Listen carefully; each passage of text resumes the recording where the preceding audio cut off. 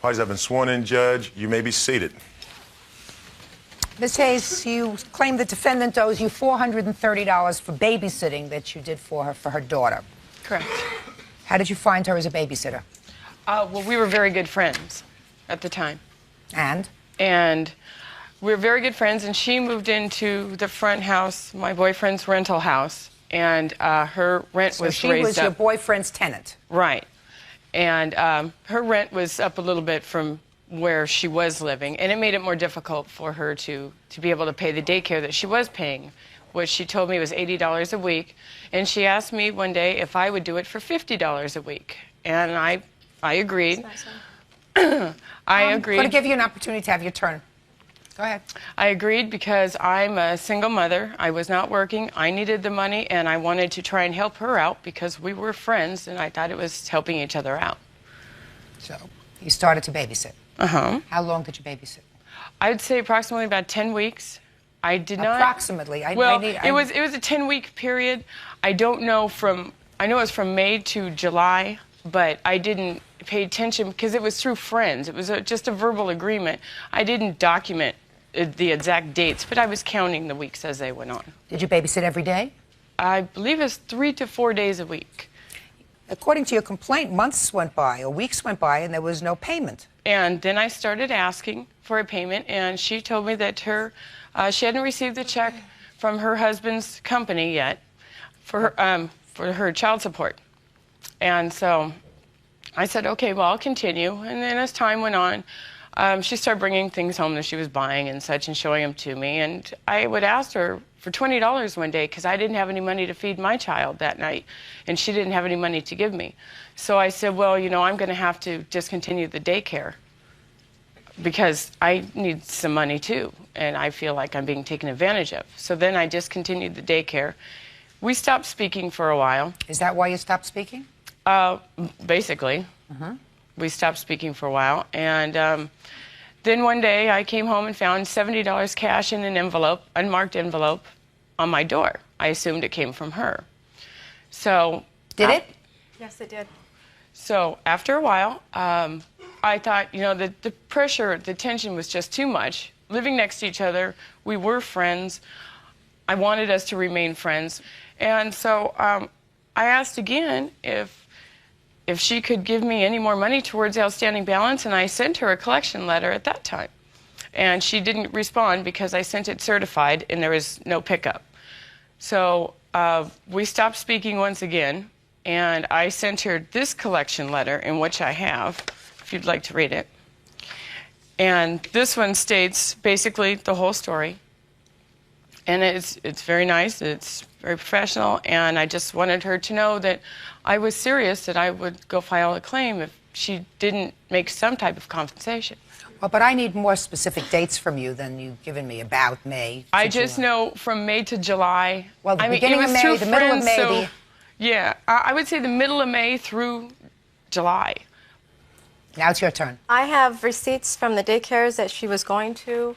Jackie offered to watch her. She volunteered to watch her a couple days a week to help me out because I was not receiving child support yet from my soon-to-be ex-husband. Okay. There was no set rate. There was no set days. There was no set weeks. She would always offer to cook, and she loved to barbecue. She'd have people over whenever at her boyfriend's house. I have, you know, well, there was no 10 weeks. There was maybe the most 2.5 weeks at the most. I disagree with that. And she was fully. paid $70. Well, let me see. You say you have receipts from daycare during the periods of part of May, June, and July. Right. My grandma has always watched my daughter from day one. I mean, are you saying that this was not a daycare? This was your grandmother? My grandmother watched... No. She started off watching her when I first got a job. I'm talking about during that period of time. Yes, during this period of time, May, June, and July. Yes, I have receipts. From whom?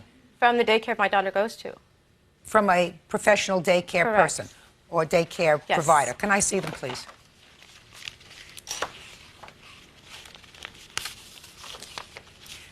How many days a week were you working at that time? 5 days a week. And how many days a week was your daughter going to daycare, this professional daycare? The professional one, 3 days a week, and my grandmother would watch her 2 days.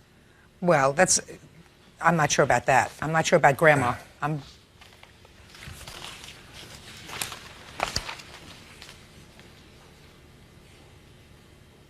Well, you have something here that seems to be a full balance with tuition and how many payments you made starting August 6th. Mm-hmm. Who was that from? That's from the school she goes to right now, Sherry's preschool. And this is August of '96 that you're referring to. No, see, the week that I discontinued the daycare, she started going to someplace Sherry's. else. Well, that's what this seems to say, August of '96. But I have to have some more specifics from you, Ms. Hayes. And that is, how many days a week? I want to say it was 3 days, sometimes 4. Her grandmother did take her, I believe it was on Tuesdays. Mondays, Wednesdays, and Fridays. I had her at least 3 days a week, sometimes 4. For full days? For full days. I was at her house at 7 in the morning, and she would pick her up between 5 and 5:30 in the evening. So you went to pick her up? I would pick her up, yes. She volunteered to do this so that way also her son has someone to play with. No, I Not don't believe for it. I don't free, believe I'm that that's sorry. true, Miss Normandin. No, I never said it was for free. Right. I don't believe that that's true. I don't believe that you watch She was another paid child. $70. It wasn't for free. Listen to me. I don't believe that you watch another child for 10 hours. How old is your daughter? She's 3. You don't watch a 3-year-old for 10 hours without being compensated, even for a friend. Judge Judy will continue in a moment. She gave a phone number also. So, what do you expect me to do? You want me to get off the bench and go call her?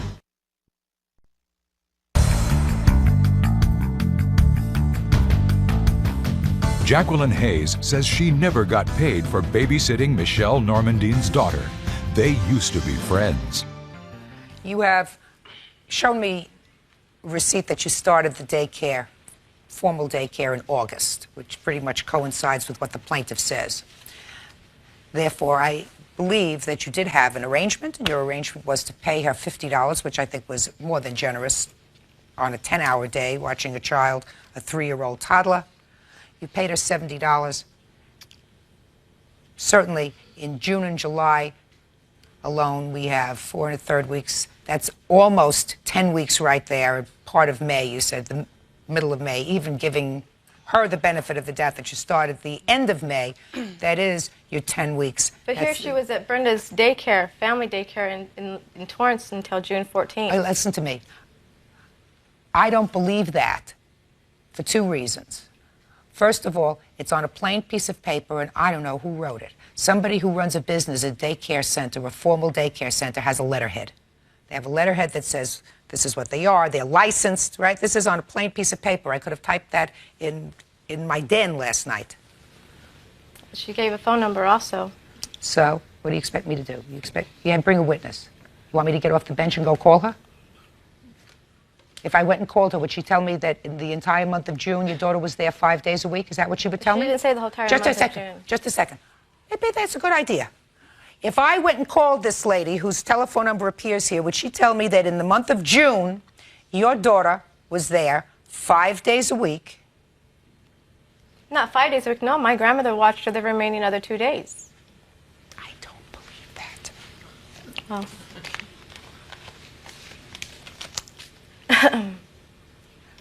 Your grandmother lives clearly in this area. If you had a witness, you bring a witness. She has hip problems. That's why she continues to not watching her no more. That's why she goes to daycare full time.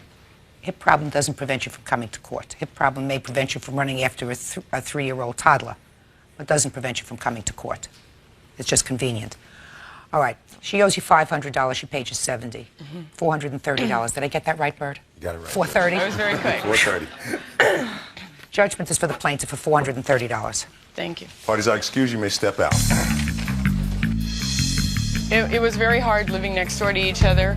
Our kids wanted to play together. They weren't able to because we weren't speaking. It was very, very difficult. I enjoyed her daughter. She's a wonderful girl. And I really enjoyed the time. But I needed to be paid as well as I was trying to save her money. Friends need to really take a look at each other and just show more respect for the ones that really care. And now, the next case. Parties on. Costanza versus Altshuler. Step forward. Claire Costanza moved in with roommate Darlena Altshuler, and their friendship blew up in a month. You two gals were former roommates, shared an apartment together. According to your complaint, your former roommate owes you for half a month's rent and half the security on an apartment that you shared together. Yes. you say that you gave her a Yeah. check for your half of the month's rent. So far, is that correct? Right. And that she was supposed to pay the entire month's rent. You wrote a check for the entire month's rent. You gave it to the landlord, correct? Correct. And then you had a fight and you stopped payment on the check. Well, it wasn't like a fight. It was when I decided to give her notice that I would be moving out at the end of the month. But you stopped payment on the check. After her threats and I'll get to that in a second. I'll get to the fluff of this story in a minute. But bottom line, you stopped payment on the check and you kept the money, right? right, Which included the half that she had given you. right. Well, why'd you do that for? Because I took my part of the security deposit and paid the rest of the bills that she mailed back to my parents' house. Well, but you can't do that. She gave you the money to pay the rent. And I had full intentions of paying the rent until she just completely blew up and threatened me, saying that I couldn't step foot anywhere near there. And so that's when I decided to All right, stop. let's go back. How long did you live together? A month. All right, what happened? What was your argument about? When did it take place? Well, I'm not sure what the threats are, but we had a dispute when she told me she was moving out. I guess I was upset that she was moving out, and I said, well, you have to pay the rent. She said she would, and she did for about 2 weeks. And then, How did she pay the rent for 2 well, weeks? she paid the rent and then stopped payment. I found out at the end of the month. My The end of the landlady- second month. Yes, July. My landlady had informed me that the payment was stopped on the check and that I needed to repay the rent or someone was responsible. And I told her to return the keys and she would not. I said, you don't live there. I think that you need to give them back. She took about a month. Was she living in the apartment at the time? No. So this was after that all happened? It was like the same day that she had moved all her stuff out. I called and said, you need to return the keys. I see. And what day of the month was July that? 2nd. And this was the rent for the month of July? Yes. When she wasn't going to be there, but you had already given her your half of the rent for that month? Yes. On June 30th, I believe it was. Okay. And how much was the security deposit that you put into the apartment? It was $500 total, $250 each. And how much was your part of the rent? $307.50. Judge Judy will continue in a moment. Two people who don't love each other should never room together. Right. But that's always a terrible beginning to a live-in situation. That's what keeps me in business.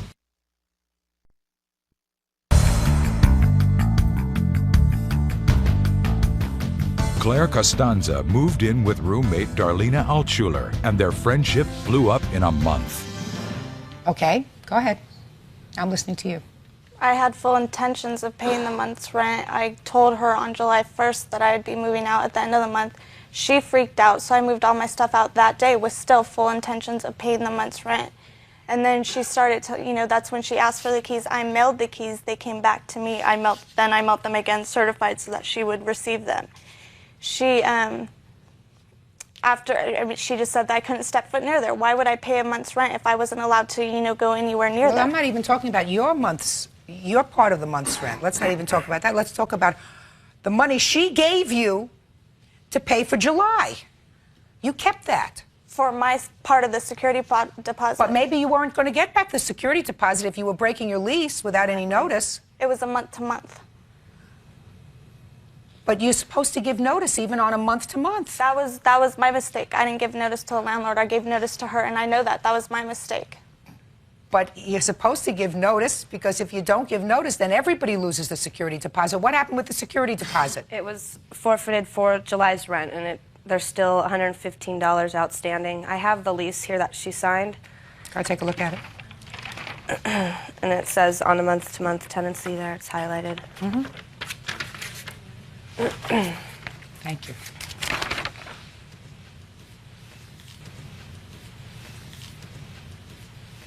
You signed the lease. The lease says you're supposed to give the landlord 30 days notice. You didn't give the landlord 30 days notice because you said you moved out on the 2nd of July. Right. Well, even if you gave the landlord 30 days notice, that wouldn't be until the 2nd of August. Right? Right. So whether you gave her notice or whether you gave the landlord notice, you're still responsible for that rent. You are responsible for the rent for that month. Did you move into another apartment? No, I moved back into my parents' house. Got to read everything really carefully. How old are you? 19. Okay. So it's a good lesson. You understand that? Yes, but her side also, when you have someone that's threatening you bodily harm and spitting on you and stuff, and you want to get your money back, you understand that she tried to do it right. She paid the rent even though she was moving out. Granted, because she didn't do it to the landlord, it's wrong. Stand up here. Just because she didn't do it to the landlord, we agree that's wrong. But when someone threatens bodily harm and tries to spit on I her, am pregnant. you were. And you were not there. We have every message, word by word, written down. Are you Miss Alchula? O'Brien. Oh, Miss O'Brien. Two people who don't love each other should never room together. Right. Right? I don't know how long these young ladies knew each other before they decided to move in together. I don't know what the circumstances were. But that's always a terrible beginning to a live-in situation. That's what keeps me in business, these roommate situations. Judge Judy will continue in a moment.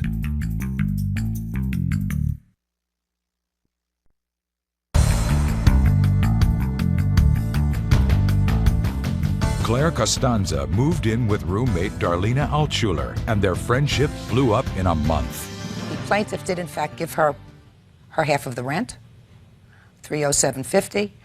The deposit, the security deposit, was forfeited because they didn't give 30 days notice to the landlord. When did you finally leave the apartment? My last day would have been August 9th. I went through the walkthrough with her, with my landlady. I moved out, I think, on the 5th. I had another place I was moving into. So it's because she used it for rent, as opposed to Darlena knew once she threatened her that she's never going to give her a deposit back. So what we should have done. Who are you? I'm her friend, and I've been there a lot more than she has. Darlena's mom was not there while any of this was going on, supposedly threatening. And I think Darlena's old enough to take care of herself. And I think, she's pregnant. Okay, if there's any threat, it's verbal, and you can deal with verbal since you've done the same thing back. And I'm sorry, but you weren't there. I was there. I was there. Oh, so you listened to the messages? No, I was there. I've heard the message that she left to Claire. That's funny, because I was there when she Listen to me. Darlena's an adult. She can do it herself. Your daughter made a poor choice of roommates. Right. She didn't get hurt. She safely moved back into the house. You cross it off to a bad experience and you learn from it. That's what you teach children as they're growing up. If you make a bad move, you try to learn from it and not recreate those mistakes as you get older. So the next time she will look further into the background of a roommate. And I'm not saying there was anything wrong with you. I'm just saying if that's the case, you look further before you jump into a situation where you expose yourself to living with somebody that you really don't know. She should learn from this experience. And the experience is going to cost her, I'm so bad in math, $557.50. Judgment is for the plaintiff, that's all. Parties are excused. You may step out. Judge. Number 7 on the calendar in the matter of Opp versus Gallagher. Parties have been sworn in, Judge. You may be seated. Well, this is some story, depending upon the version.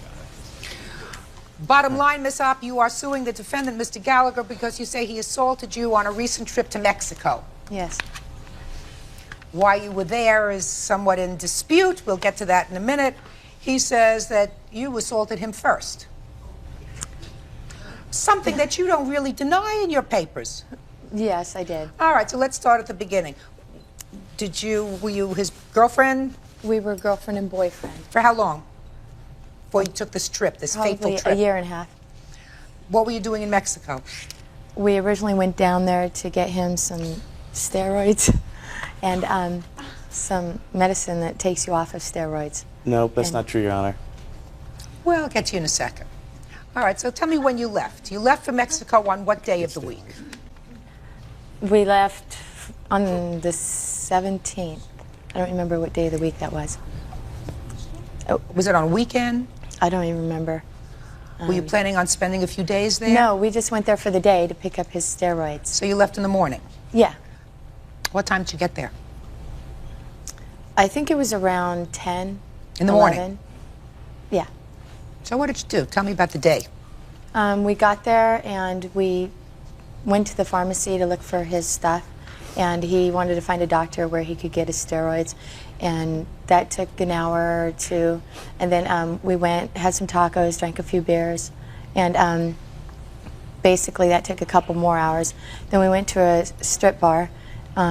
We had previously talked about me dancing, and I said no, I'm not comfortable Well, tell me with if it. that's what I don't. That's what I find so interesting about this case. You went to a few strip bars and you talked about you dancing. Well, before we went to the strip bar, we talked about it. What was the conversation?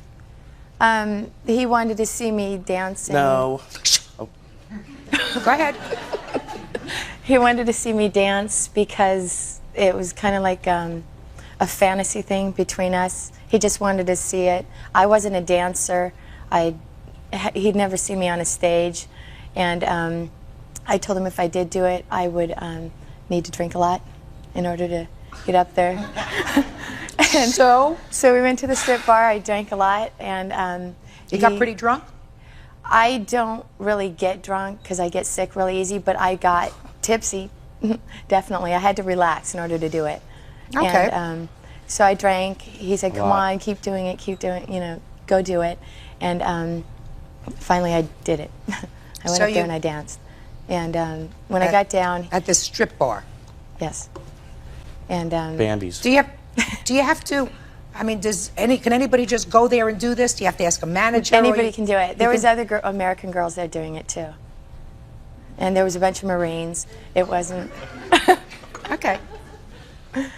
Feels foolish now, doesn't it? I'd never done it before. Oh, okay. And it was supposed to be something private between him and I, and it didn't end up that way. So what happened?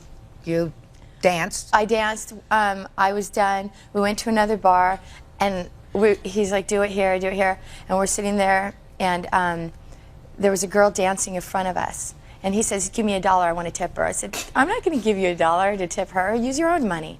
And we got into an argument from that point on. So we walked out of the strip bar, and we're arguing on the street, and he called me a whore. And I said, how could you call me a whore? You're the one who talked me into doing this. And he goes, I'm sorry. He goes, I shouldn't have said that. Hit me. And I go, no. And he goes, hit me, you're a whore. And he just kept saying it. Finally, I hit him. I mean, we were arguing. It wasn't just a calm thing. So you hit him? So I hit him. Where'd you hit him? I'm sorry? Where did you hit him? In the face. One time or more than one time? One time, and then he called me a whore and told me, hit me again. So I hit him one more time. And then we grabbed a taxi. 3 times. And then we grabbed a taxi, and we were driving back because we were going to get in trouble at that point. And he started calling me a whore again. So instead of hitting him, I grabbed my clog off my foot and hit him over the head. So I went and hit him in the face. But tempers were not good, and he kept calling me a whore.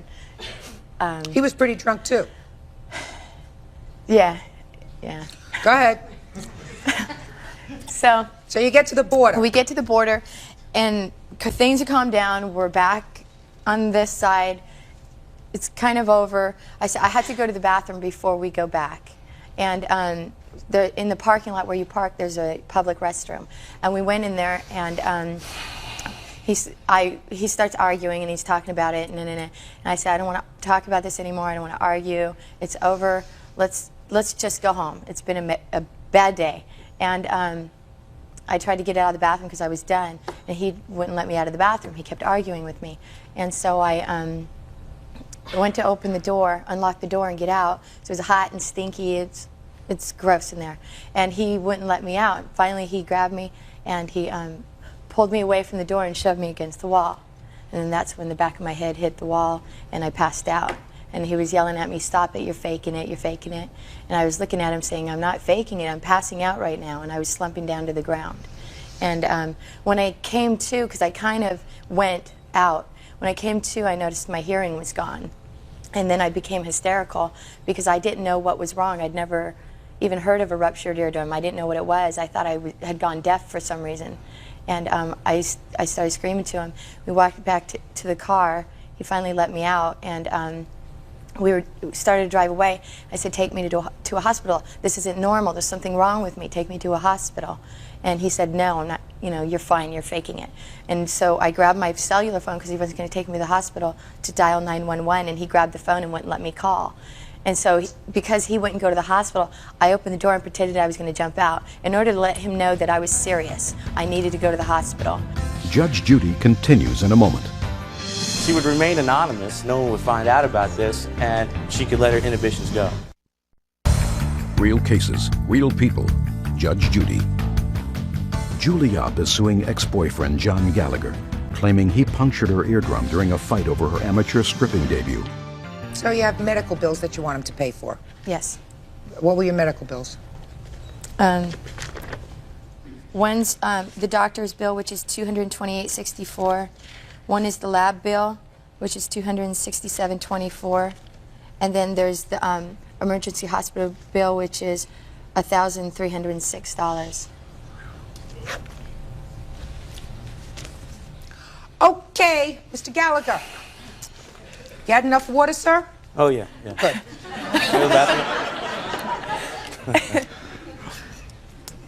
Let's hear your story.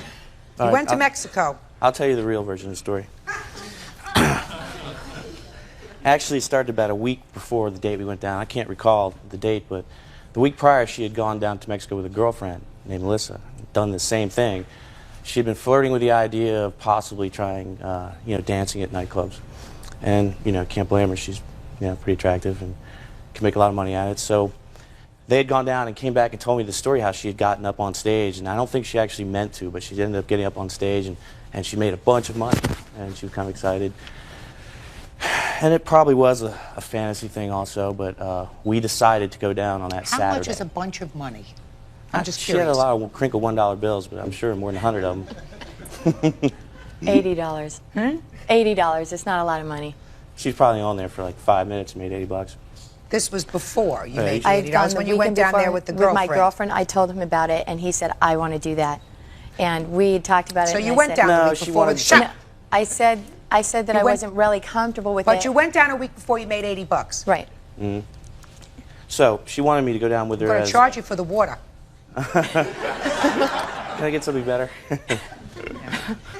So, I'm a little nervous. She wanted me to go with her, partly as protection. Melissa couldn't go, and also a fantasy thing. But we didn't go down in the morning, and we did not go down to buy steroids. It's a lie. We didn't go down to buy steroids. We actually went down. It was dark out when Ask we him were to driving. take his jacket off. Yeah. We went... What? While we were there, we did go down, but it wasn't in the morning. It was dark out. It was probably like 7 or 8 o'clock when we started driving down. She drove her car, and we did stop at the border, and we parked in that parking lot and took the red bus. It's just this red bus you take in. It's like a mile. It costs $1. And I did buy some pharmaceuticals there. They were not steroids. I didn't go down to buy steroids. Then we started drinking, and actually went to a taco bar across the street from the strip bars, and we had some beers, and we went to, I think, 2 other bars and drank a lot of tequila. We did get pretty drunk. And she got her courage up, and she really wasn't sure if she was going to do this, and maybe I did, provoke her a little bit to do it. We went to the first bar, I think it was Bambi's. And arrangements were made for her to go on stage, and she went on the backstage. So let me stop you. How were arrangements made? Look. How went were up. arrangements made for her to go on the stage? I was kind of like her agent. Well, Mr. Gallagher, that's a conclusion, sir. Tell me exactly what you did to Went up to, make these one of the- arrangements. Grabbed one of the guys, like the Mexican guys that worked there that spoke English, and said she wants to dance. And then at first they look at her and like, yeah, but they try to play hardball. No, we can't have her up. And we negotiate back and forth. What do you negotiate about? Just to get her on, What negotiating usually involves money. Yeah, well, she's going to So make let me money. hear. He wanted free Oh, drinks. free beers for me. Just a second. So you negotiated with one of the proprietors, or I drank free, she got to dance. That was the negotiation. Oh, she got to drink free too, that was a given. And so we negotiated she was going to go on the backstage. I think she wanted to get on the front stage where she would make more money and have more exposure. This little room in the back with a small backstage. She gets up there and takes her clothes off, and hell breaks loose. I mean, they can't believe what they're seeing. She's very beautiful. I mean, the whole bar moves to the back where it's getting crowded while she's dancing and going off. And I mean, bottles start flying, and people are like getting so close to each other. And I mean, it was like a madhouse. And she starts, you know, dancing. And I got, you know, kind of jealous of her, you know, to see her doing that. So you got angry. I got angry and I got jealous. It was painful. No, Seriously? no, I didn't get angry. I tried to keep in perspective. Tried to. And, But you had a lot of booze. We were getting drunk. We were drinking. Well, she wasn't drinking when she was up there dancing, but you were continuing to drink when She was she was drinking up. when she got down, though. But you were drinking while she was dancing. Yeah, but nothing Okay. was her. She came down and you got angry. Tell me what happened. No, I when didn't get angry. When she came down, we decided to go to another bar where she could do the same thing because it was kind of wearing thin there and it got kind of violent. They were going crazy when they saw her. So we went to a bar next door. Were you fond of this lady? Oh, yeah. I mean, it's not rigid. Maybe it's my puritanical upbringing. You know, that's not funny. That's not meant to be funny, sir. I just don't understand a man who would encourage. In fact, that I think she's nuts for wanting to do it in the first place. Well, that's but what a she does man now. who would encourage someone who he's fond of, negotiate, act as her agent. Well, I make sure she's okay, you know, and nothing would take place. I wasn't going to let anyone hurt her. That's not what I'm talking about, sir. Usually there's a certain proprietary interest that Well, men that's what have she does in their now. women and women have in men that they like. It was in I the don't quite secrecy. understand you. It was in the secrecy of Mexico where she would remain... Order. She would remain anonymous. No one would find out about this, and she could let her inhibitions go. And His inhibition. All right. Yours she too. drugged me Listen, down there. you went there before without him. Yes. Yes. Yes. Judge Judy continues in a moment. That sounds pretty reasonable That's to why I me. asked Both him. acted like idiots. Real cases, real people. Judge Judy. John Gallagher admits he became jealous when his girlfriend Julie danced in a strip club, but he says he didn't mean to cause the injury to her eardrum. I want you to tell me she assaulted you because you called her a whore. Is that right? In the second bar, I made the horrible mistake of calling her a whore. I did. It was Okay. horrible. And tell me about the assault that took place on you. Well, first, she lied because I didn't just hand the girl money. I was standing there, I felt guilty. I'm next to this girl dancing, and I took one of her dollar bills that she had just earned of hundreds, and I gave her one, and she got jealous and was pissed off. Were you injured when she hit you? The first 2 times she's hitting like a girl, it didn't hurt, and I did say, yeah, you hit like a girl, hit me again. She hit me again. Third time, she belted me so hard, my lip just exploded. Blood was coming out. And it almost knocked me down. Believe it or not, she can hit pretty good. Okay, and what So- about hitting you with the clog in your head? She Well- hit you with the was the clog. Federales are coming, and it's an urgency, so they stuff us in a cab, and we're driving, but we just keep arguing in the cab, arguing back and forth, and she hits me in the back of the head with a clog, and I barely remember that, except the next day I had a big bump on my head. We get through the United States, like she said, we go to the parking lot to use the bathroom before wherever we're going to go. We're going to drive. We're both drunk. And she gets passionate again. We start arguing. We had moments of calm and fury where we kind of calm down. And she's that way. She can fight good. So, you know, I'm going to tell you the truth. I better was tell me. drunk at the time. I can't remember every detail that occurred. But I know that she was starting to get angry again. And I don't know if she was going to hit me or I thought she was going to hit me or she tried to. Can't remember. But I know that I grabbed her and I picked her up. And she was wrestling. And she went limp. This was in the bathroom. In the bathroom. And she was flailing, and I was drunk, and I didn't know that she hit her head. She just went limp in my hands. And she sunk down to the ground on her butt. And she sat there and looked up at me, and then she started to say she couldn't hear. And I really thought she was embellishing something. I didn't believe her at first. And she started to cry and scream and get more hysterical. And I didn't believe that she was hurt. really. Ultimately, you took her to the hospital. And ultimately, we ended up at the hospital. Her injuries are obviously real. The doctor found out that she had a bruise here in the back of her left ear, I think. Left ear. And she was, I don't know if she lost hearing or not. What did you originally offer to pay her to When the bills help came, we'd offset- split it. You'd split it? Yeah. Yeah, that sounds pretty reasonable That's to why I me. asked Both him to- acted like idiots. It sounds pretty reasonable asked to me him that you just- should yeah. split it. She probably did hit her head as a result of me lifting her up. I don't think on purpose. I know on purpose I didn't try to hurt her. After you arrived back in the United States and after this whole incident, did you continue to see each other? Yes. For how long? About 4 more months until I kept catching him cheating on me. So I finally... So you saw each other for 4 months after that? You had already gotten these bills? Yes, I'd gotten it, and he's given me $25 on those 50. bills. I gave you 50. 25. Did you ever take up this dancing as an occupation? That's Yes. what I'm doing now. Good, too. Judge Judy is ready to rule. Real cases, real people. Judge Judy. Julie Opp wants her former boyfriend, John Gallagher, to pay the medical bills for an injury he caused when he became jealous over her appearance in Tijuana strip club. I read medical bills at $1,800. And then also, I was suing him for $300 because I had to get a restraining order against him. That's your problem. Listen to me. Miss Opp, I think you made a big mistake. I think this whole escapade in Mexico was a big mistake, and I'm not being judgmental. I'm just saying to you that getting drunk, and engaging in bar dancing with your boyfriend is not something that's designed to solidify a relationship in normal terms.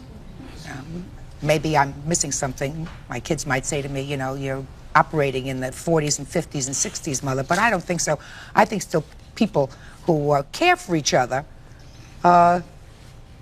don't want to see other people slipping dollar bills in somebody's panties. It wasn't that Do you bad. know what I mean? Nah. Sarah, and certainly not acting as their agent, which is, to me, almost like acting under these circumstances like a pimp. It was pretty innocent. It's pretty nasty. So you ought to pay for, I'm not going to have him pay for the whole thing. You contributed to this ridiculousness. And as it happens, I believe that you contributed to it even more than you initially told me you did, because you went down there before with a girlfriend, which is something that you didn't tell me right away. You said you had never done anything like this before. Right? Isn't that what you told me? Yeah. All right. Well, So your medical Yes. bills, you didn't have any medical bills from being clocked by her, did you? No. No. Your medical bills were $1,800, and you're going to pay for half. So the judgment in this case is for the plaintiff in the amount of $900. That's all. Parties are excused. You may step out. Judge, number 42 on the calendar in the matter of Fry versus Alexander. Parties have been sworn in, Judge. You may be seated.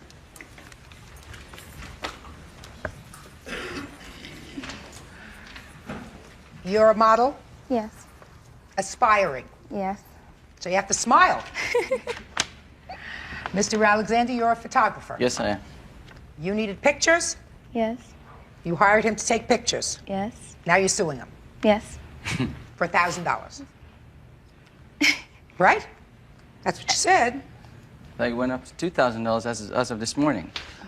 Well, the papers that I have are for $1,000. Good. So why don't you tell me about this arrangement and why you think he owes you any money? Well, he didn't agree to what we agreed in the first Where place. did you meet him? Let's start with that. The modeling management. Model. It's a model management. Is that a company? Agency. An agency. Modeling agency. Was he referred to you by someone? Well, he was there with my manager, and he showed me his pictures, his book, which was really good, that he took of other models. And yes, they did tell me his work was good. So, yes. And what was the arrangement, the financial arrangement that you had with him? I had to pay him, he said $250. I didn't hear you. It was $250, and that was for the photo shoot. I was getting 2 rows of pictures. You were getting 2 rolls of pictures, or he was shooting 2 rolls of He pictures? was going to shoot 2 rows of film. He said I would get 2 rows, which would be 72 pictures that I would get. Okay. That you would get to keep? That I would get, yes. That's what you do when you take pictures. You get your proof sheet, you get your negatives and your slides. And what else was he supposed to give you for this $250? Well, after I receive the pictures from him, he does other things, or he does half of the job. You know, like the background change or the eye change or different things he do extra to the pictures. So he that would be touches extra them up. amount, right? Extra amount of money. I know about that. Okay, extra amount of money. So I paid for 4 which was $100, he said. And I have those 4. 4 photographs that you paid for out of your contact sheets. This was, And that was $25 a piece or another $100? It was $100 for 4. Okay, I received those. Then we went back to the pictures. He brought some of the pictures. He said I would need 7 or 8 more pictures. So we picked 7 more pictures. 7 additional ones? Additional ones. At what cost? $175. And then, because at the photo shoot, he only took cash. For these 4 pictures, he only took cash. He said only cash. Okay, so with these additional ones only had a checkbook, and I had no more money. So I post-dated the check. He didn't want to take it, but before I left, he said he would take the check. So I post-dated the $175 check for those 7 additional pictures. How long did you post-date the check for? It was, about a week. Because it was, the week Thursday, and it was next Thursday, so it was a week. Okay. Which he had cashed it before the post-dated check. You understand? I didn't know they can do that. But I didn't know either. But he did, because I called the bank. Okay. Because I did not receive those 7 pictures, and I had been calling him, and he wouldn't return my phone calls to get me those pictures. So that's what you're suing him for? Yeah, for those pictures, and then the slides that I want also. The rest of my pictures, the slides. You want the contact sheets and the negatives? Yes. Now, sir, let's start with the 7 pictures first. You cashed her check for $175? Yes, I did. And that was for 7 pictures? 7 pictures. Where are her 7 pictures? They're right here. Take them out. I mean, I have no problem with her testimony all the way to the end. Okay. Because, she's just about right. I mean, we had an agreement, and what happened was that she said, I went out of my way to make this arrangement for her. Starting from the beginning, I charge $150 a roll. 2 rolls, $150, times 2 is $300. She bargained it down, and she knows that. She said, I'd like to shoot with you. I've seen your work. It's great.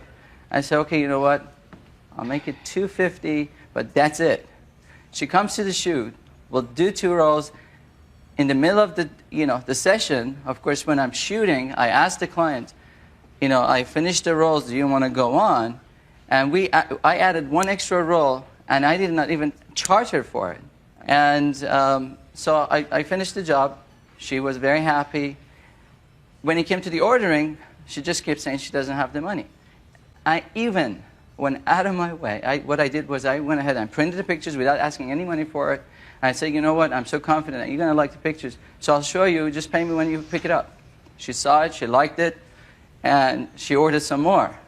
But then again, we had money problem. And she said, well, can I post the check? I said, sure you can. I mean, I know you're good for it. You've been paying me. I have no problem with her. She's a very nice lady. I mean, I don't know why we are even here. But,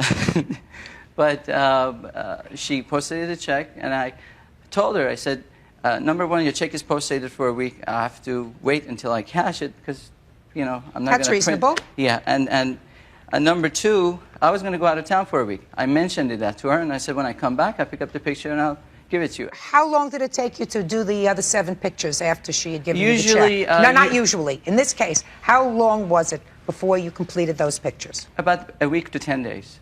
Okay. Can I see the photographs? Sure. I would really like to see them. Now, the only other thing that I have to ask you, sir, is about this arrangement where she would get all the negatives and the It's not my practice whatsoever. I have hundreds of receipts here that I always mention on the bottom of my receipts. If they ask for it, I'll write it down. I do not include the picture. I do not include any negative or slides. It is just for the session. I charge $150 just to shoot. I even brought my witness that we just shot yesterday, and this is my just a very last and desperate attempt to get somebody, because I had somebody to show up today and she canceled. She had a shoot. I had a model was supposed to be here. Well, what is she going to tell me if she was testifying? She was going to actually basically how I charge people and how I usually All I can tell you, Miss Fry, is these are terrific. Have you seen them? I never see. Well, I would love you to take a look at them. I think that they're really exceptional. No, I've never said that he does do good work, but I have another comment about the amount. Actually, was $2,000. Posted in Whether it was $2,000, I don't know what you're suing for $2,000 for. $1,000. Just a second. I don't know what you would be suing for $1,000 or $2,000 for. Right. To be honest with you. Judge Judy continues in a moment. He was behind me, okay, grabbing my rear, telling me again how attractive my butt looked, how good it looked, making all these sexual comments. And later today, Tying their shoelaces together, sir, is a far cry from using a cigarette lighter and setting somebody on fire. real cases, real people. Judge Judy. Photographer Sean Alexander denies that he took liberties with model Tanya Fry during a photo session, and his witness Vanessa Gill says Sean has a spotless reputation. Now you have all 7 pictures that you paid for. Okay, right? Just a second. Just a second. And I think that if you had not had a final written agreement with regard to these negatives, right, I would not award you the negatives because I don't believe it's custom in the industry for a photographer to give away the value of his trade, because that means that you can take these negatives and go into any photocopy store and say, I want you to make me pictures. Well, that's how he makes his money, because $250 for a photo shoot is very reasonable, right? More than reasonable. Is that right? Yeah.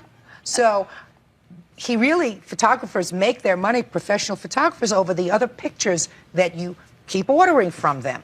So I think it's unreasonable for you to ask for those. He was supposed to shoot 2 rolls, and from those shot rolls, you were going to select other pictures that you were going to order. In this case, you ordered a total of 11 I even pictures. shot extra rolls. Well, that wasn't said. The said was you'll get 72 pictures, which would be more than enough what you would need for your book.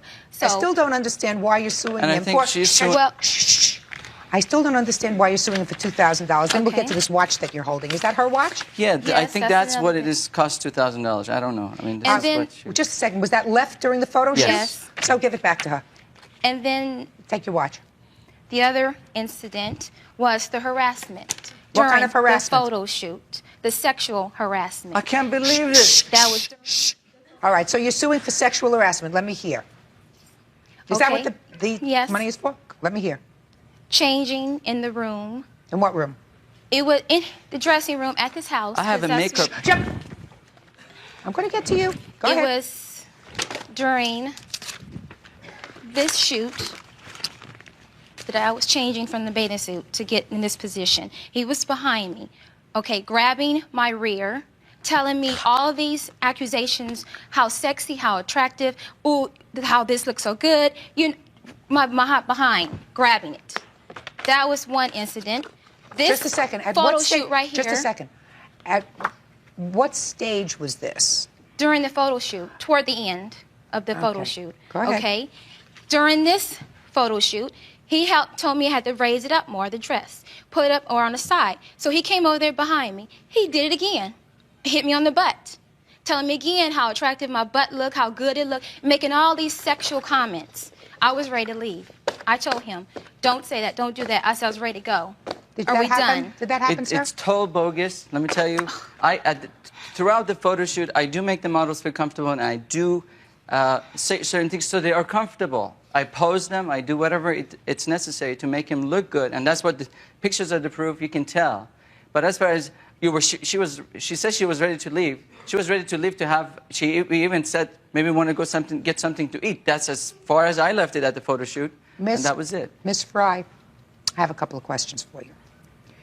You did this photo shoot. Towards the end of the photo shoot, you tell me now you believe he sexually harassed you. You stayed, correct? You stayed. Is that right? But I told him don't do it. And after the photo shoot was concluded, you got the proofs back, right? And you selected 4 photographs. So far, am I right? And you were satisfied with them, you ordered them. Is that right? I mean, you should. Check. See, Do I look Sorry. like I need help? no. Ms. Fry, look at me. Yes. You ordered 4 pictures, Yeah. and you were satisfied with them. You told them they were very good, and so good you wanted more pictures, correct? Yes. If you had gotten your 7 pictures when you felt you should have gotten them, which was a couple of weeks ago, would I hear sexual harassment from you? would If I I would hear have done these it? allegations of sexual harassment from you? Yes, because they were true. It happened. Judge Judy continues in a moment. This How was many the first photographers time. have you been with? Several. Really? You seem to be a Yes. little bit naive to me on the situation. I'm Well, sorry who for are that. you? You need to shut up and mind your own business. Real cases, real people. Judge Judy. Model Tanya Fry is suing photographer Sean Alexander over slides and alleged harassment. Is what you're saying to me, you planned on suing him whether he gave you the pictures or not? About the sexual harassment? Is what you're telling me Yeah. that you intended when you left, Right. or a day later or 2 days later, whether or not you got these photographs, Mm-hmm. you intended to sue him for $2,000 for sexually harassing Oh, you? no. I was not sure of what I was going to do about those sexual Well, harassment what made you charges. sure? I wanted to let them know what was done to me during What a photo shoot. No, what I'm asking you is, at what point did you become sure that you wanted to sue him for this sexual harassment? After you ordered the first set of pictures, before you ordered the first set of pictures, when you ordered the second set of The pictures? second, that's when I found out that I could not get my slides or negatives when he told me he was not going to give them to me because he keep them for his record. So you determined to sue him for this $2,000 for sexual harassment when he declined to give you the negatives. Is that correct? When I didn't get all of my things. Very good. Okay, you now have your photographs. Is that correct? I have some of them. No, you have all of them. You have all that you ordered, which were the 7 retouched large photographs. And you have the 4 that he originally gave you. Is that correct? Yeah. And you, sir, have been paid the $175 for these, Yes. and you have been paid the $100 for the other 4, Yes. correct? And you have been paid $250 for the photo shoot. Yes. Very good. This case is dismissed. That's all. Parties are excused. You may step out.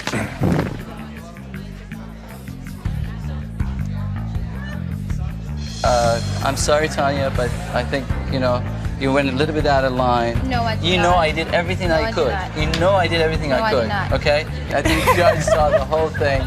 This is just ridiculous, but I'm glad to solve it. And now the next case.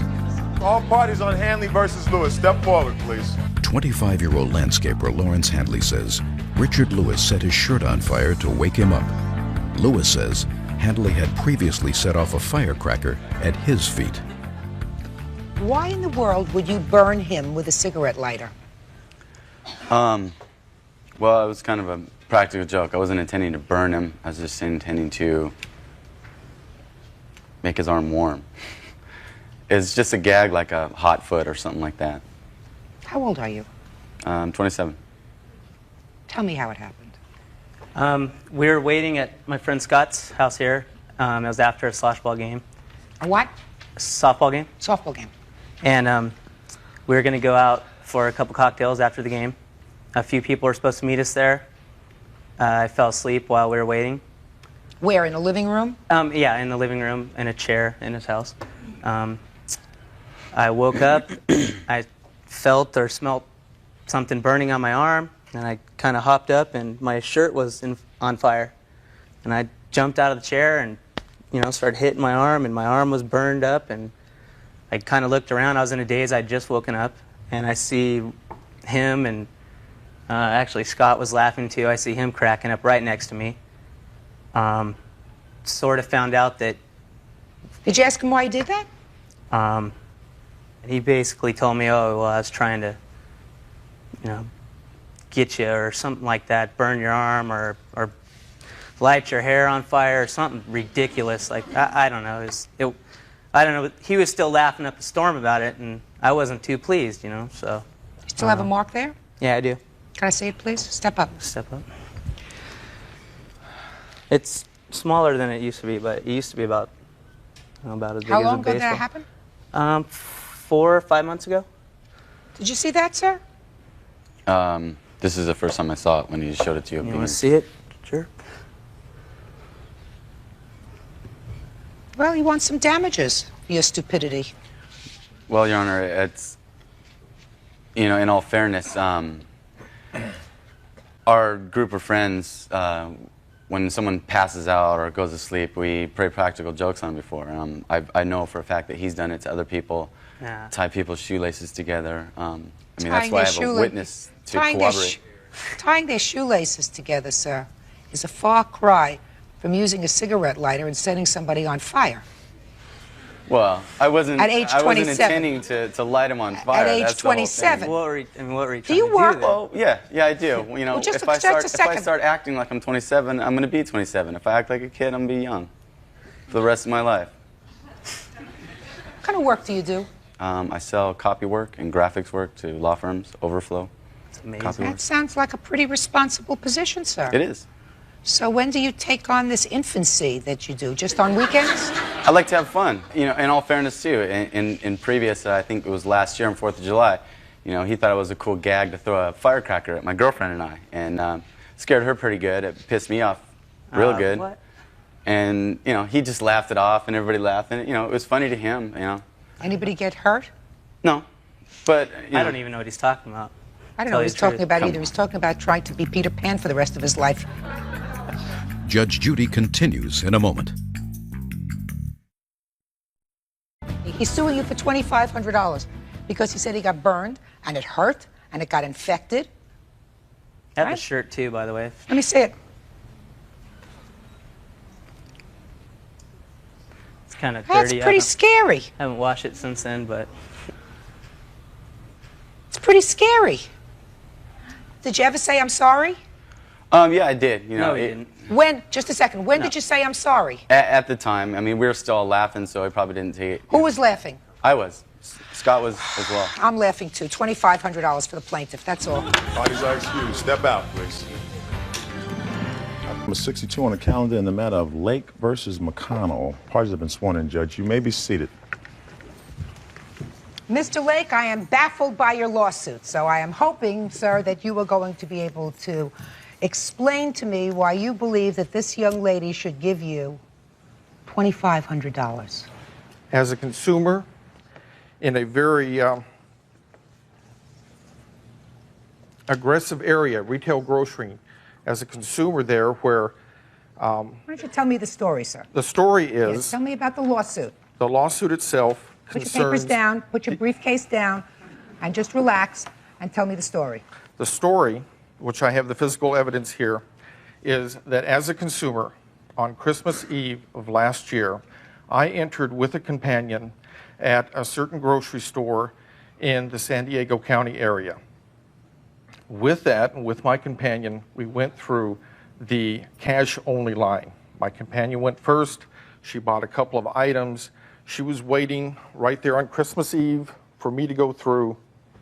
Body language that she was ready to go, keys in her hand, tapping her foot.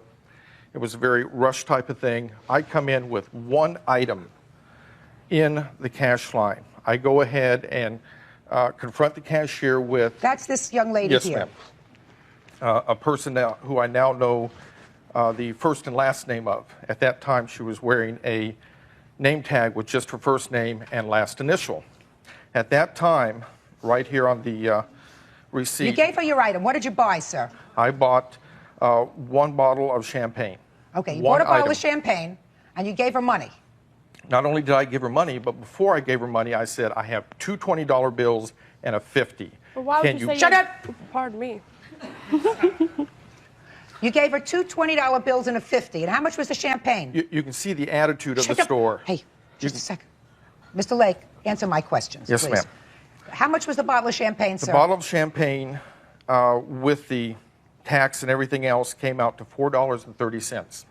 I asked Ms. McConnell, can you break a 50? I told her I have two 20s and a 50. She said yes. I handed her a $50 bill, a quarter, and a nickel, $50.30 for a $4.30 purchase. So what happened? Come on, speed What up the happened story. was, with my companion waiting to go, rushing off for... I heard the companion. What happened with the money and the champagne? Come on. The money in the champagne is, I got the champagne, but I didn't get all the money.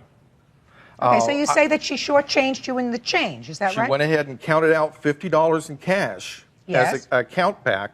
I grabbed it and the receipt, stuffed it in my pocket, and left. Very soon after, in the same part of town, I had another cash transaction. I got out my cash.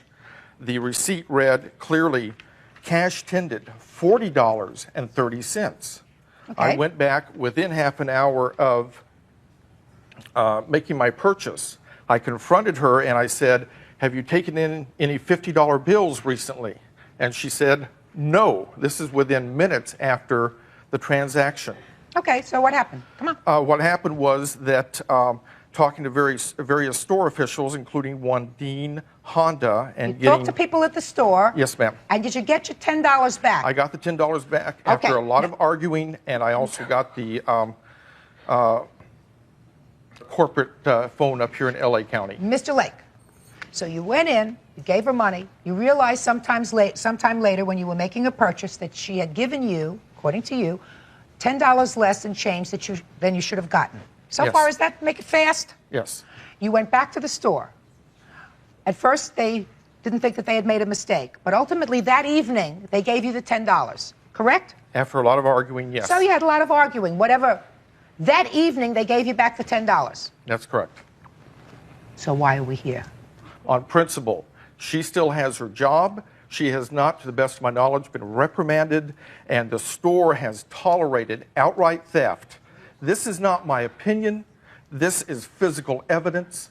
They tolerated outright theft. It's not my fault that she wanted some kind of a Christmas bonus on her own as an individual employee. In an industry that from the top constantly cheats consumers through price fixing, that store managers constantly take items off of sale on their computers. We have, in addition to that, employees working on their own, taking money out of my pocket. The principle of the thing is we have theft, we have denial of the theft, and we have zero cooperation from the corporation. Okay.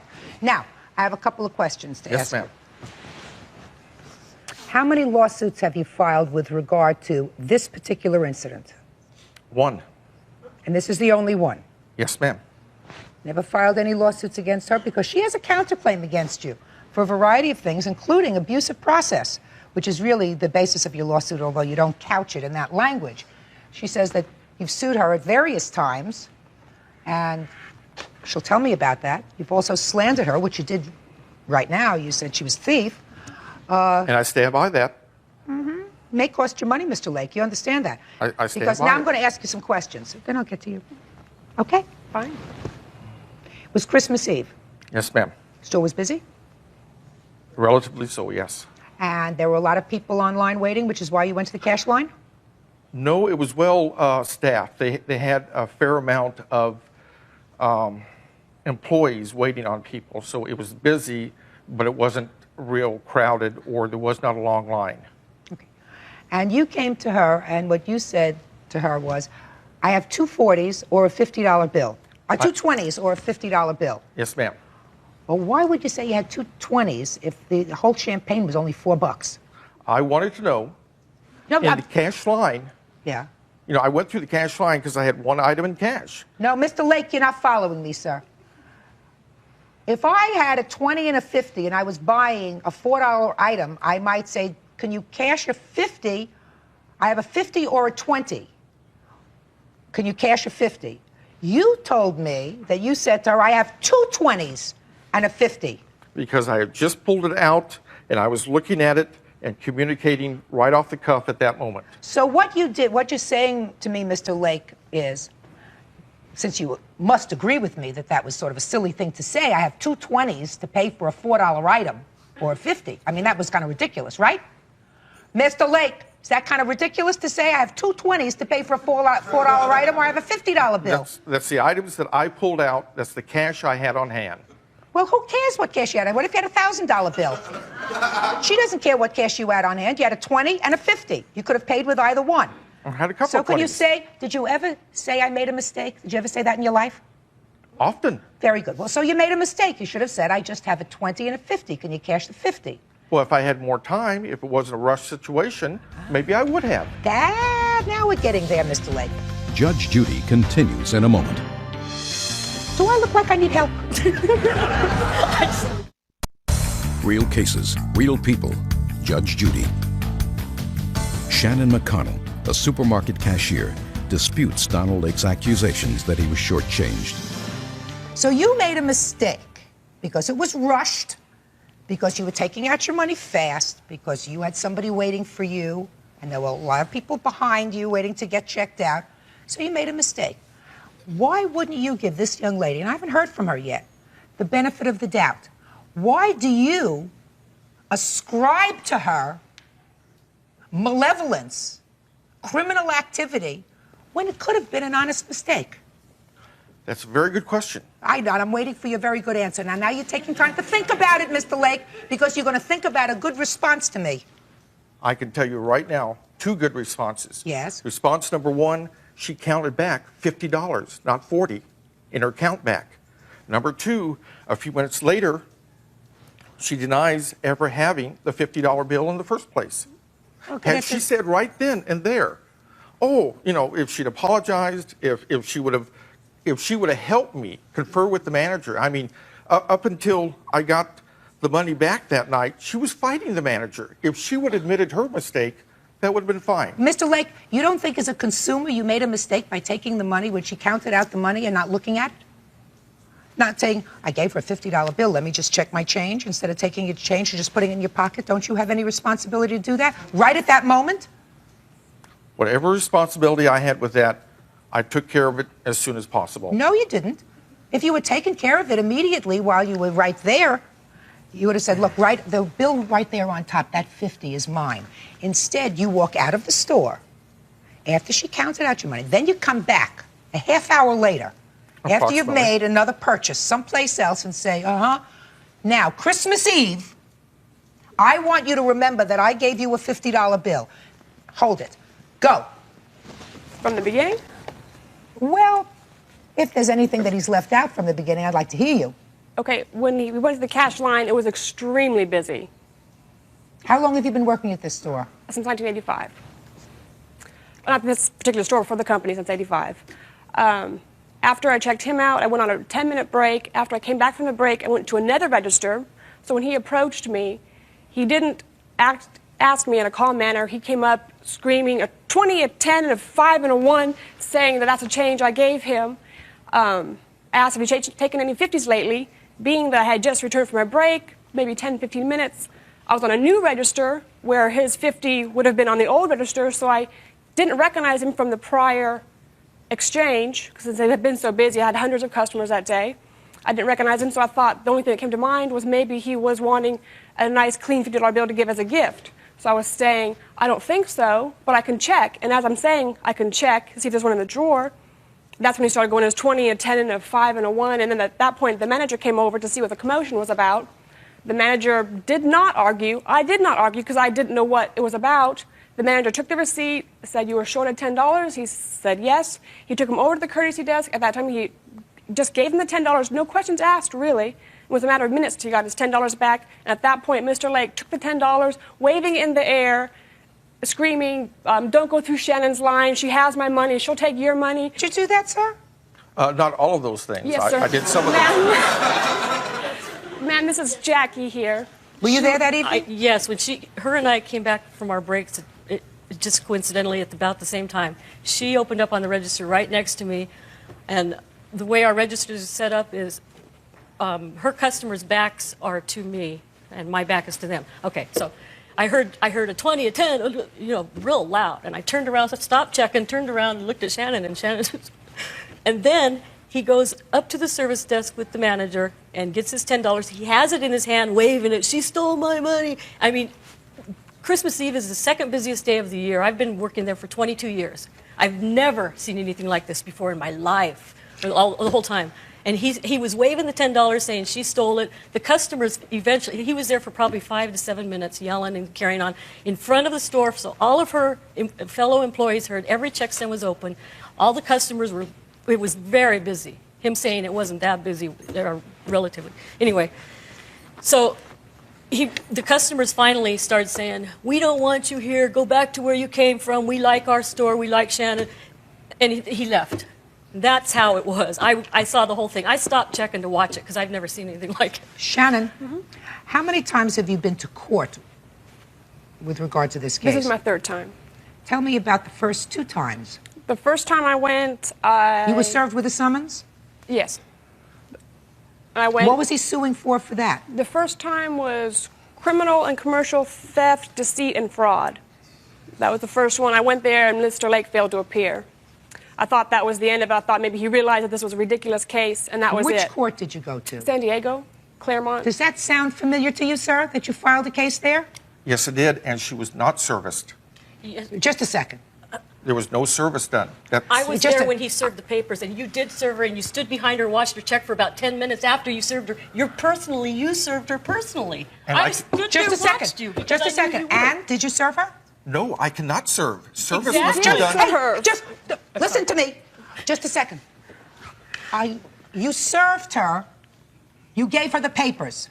Yes, I did, and that is not service. Service must be a third party. So why did Just you serve me? Hey, do I look like I need help? Do I look like I need help? Judge Judy continues in a moment. You're really ticking me off, sir. You're really ticking me off, sir. Real cases, real people. Judge Judy.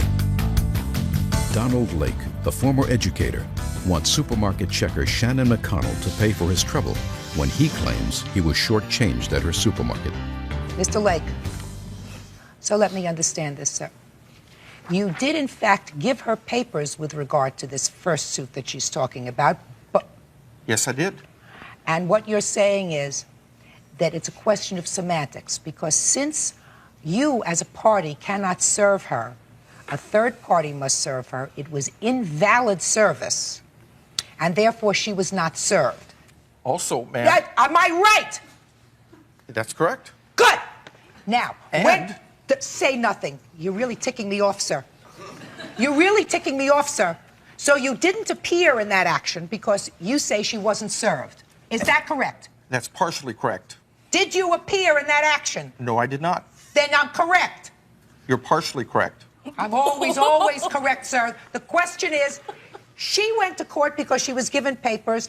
She's not a lawyer. She doesn't know that if a third person doesn't serve, it's not considered good service, so she didn't want to be in default. She went to court, and you didn't. Also, the paperwork was given to Shannon M. I was trying to find out her last name so that she could be serviced correctly. All right, so now we have one lawsuit that you filed that you didn't follow through with, and she went. When was the next lawsuit? The next one was 2 months later. We went again, and at that point, we found out that not only did he have my court case, he had 2 other cases in the courtroom next door. Obviously can't be in 2 courtrooms at one time, so he denied having the pro tem hear our case. So perhaps you could go to the other cases. So Let me understand this so that I make it simple. When you showed up in court on the next court date after you were properly served, I assume, Mr. Lake, you had 3 actions pending on the same day. Is that correct? That's correct. And you had to choose which case you would hear that day because you couldn't be in 2 courtrooms at the same time. So you said, I don't want a lay judge to hear my case. In her case, adjourn it to another day. Is that what happened? No, ma'am. Then let me hear. I said I don't want a lay judge, a person who is not culpable to the Performance Review Board on any of my cases. That is a constitutional right. And this is the 3rd case, is Yes, that ma'am. correct? Are you ready? I think so. Are you ready? Judge Judy is ready to rule. Real cases, real people. Judge Judy. Mr. Lake, in the year and a half that I've been handling cases in this court, I have never imposed the judicial sanction of fines for abusive process, fines that have been paid to the court for wasting court time. Now, I am dismissing your lawsuit because your lawsuit is frivolous. And not only is it frivolous, but this is the 3rd time that you have abused the people of this state by taking up judicial time and manpower in filing it. There is no question that there was, based upon what I've heard, an honest mistake. You, sir, are a suer, which means you like to sue people. And maybe you get off on that, but I'm telling you right now that the judicial system in this country will not tolerate those people who abuse it, because if you abuse it, people who have a real case can't get court time because the courts are clogged with this kind of frivolous nonsense. Now, say nothing, Mr. Lake. You already said too much. Now, with regard to this lawsuit, her counterclaim, I'm awarding you. You are asking for $1,400. Is that correct? Yes, it is. And I'm also going to exercise my discretion and award you $2,500. Wow. All right? And I am imposing sanctions, Mr. Lake, costs upon you that are to be paid to the court in the amount of $500 because you have abused me, and I resent it. Not only have you abused her, but I resent the fact that you have abused the court system. That's all. Step out.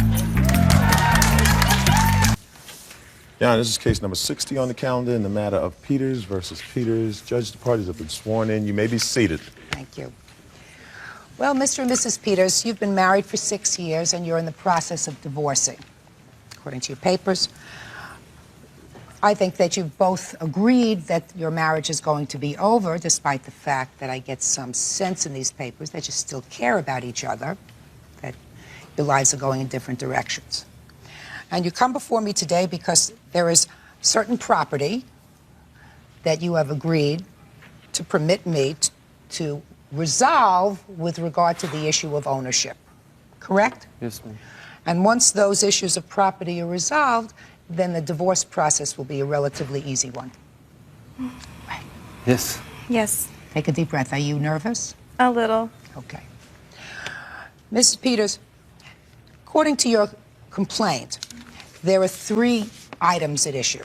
Right. There is a car. Right, the car. What kind of car is it? It's a 1993 Geostorm, GSI. And then the issue of my cat and my dog, he gave my cat away. And we had decided that I would... So there's a dog? Yes. Because the cat's gone? Yes.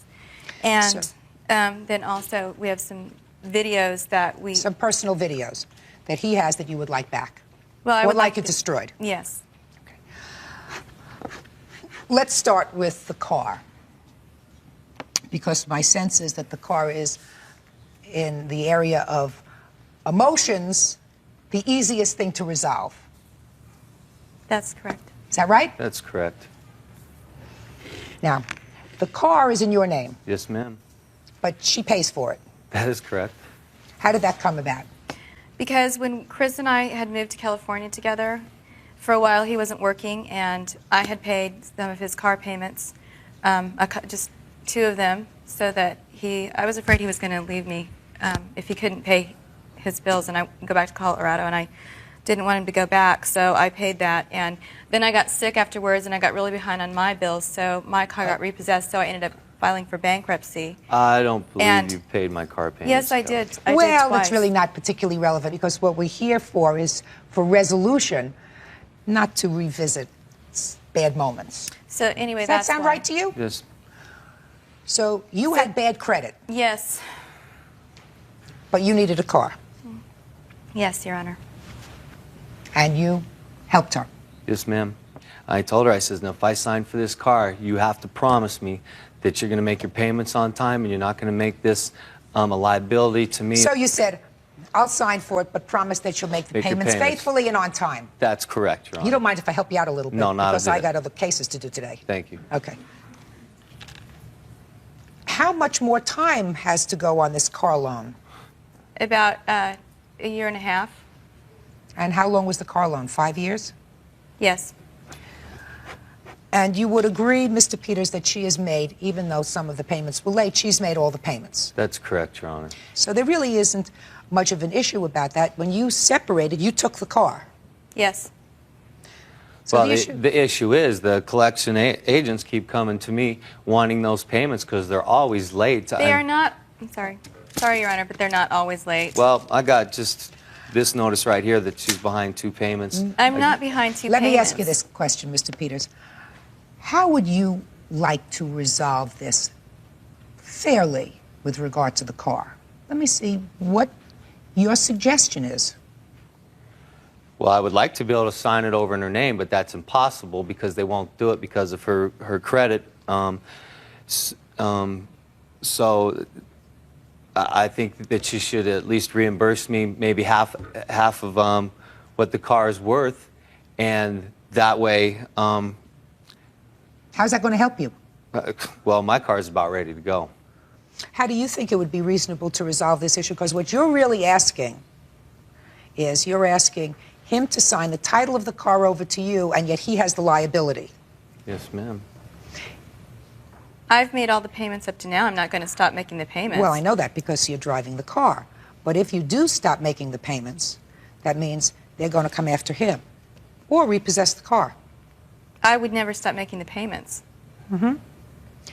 I've already paid over $12,000 on that car, Your Honor. I'm not going to stop making the payments. Plus, I paid his car insurance until this year so that he could have car insurance because he didn't want to have That's car not true. You insurance. left me with $1,500 worth of bills, and Chris, that is so not true. and I paid the last 2 months of your insurance. Okay. How much is this car worth now, approximately? $7,000. Is that about right? Yes, that's correct.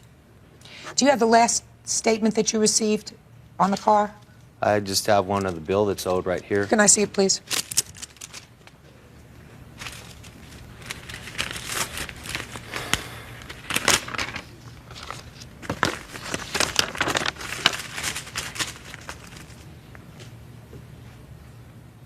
Well, it says this payment, you are delinquent by 1 month.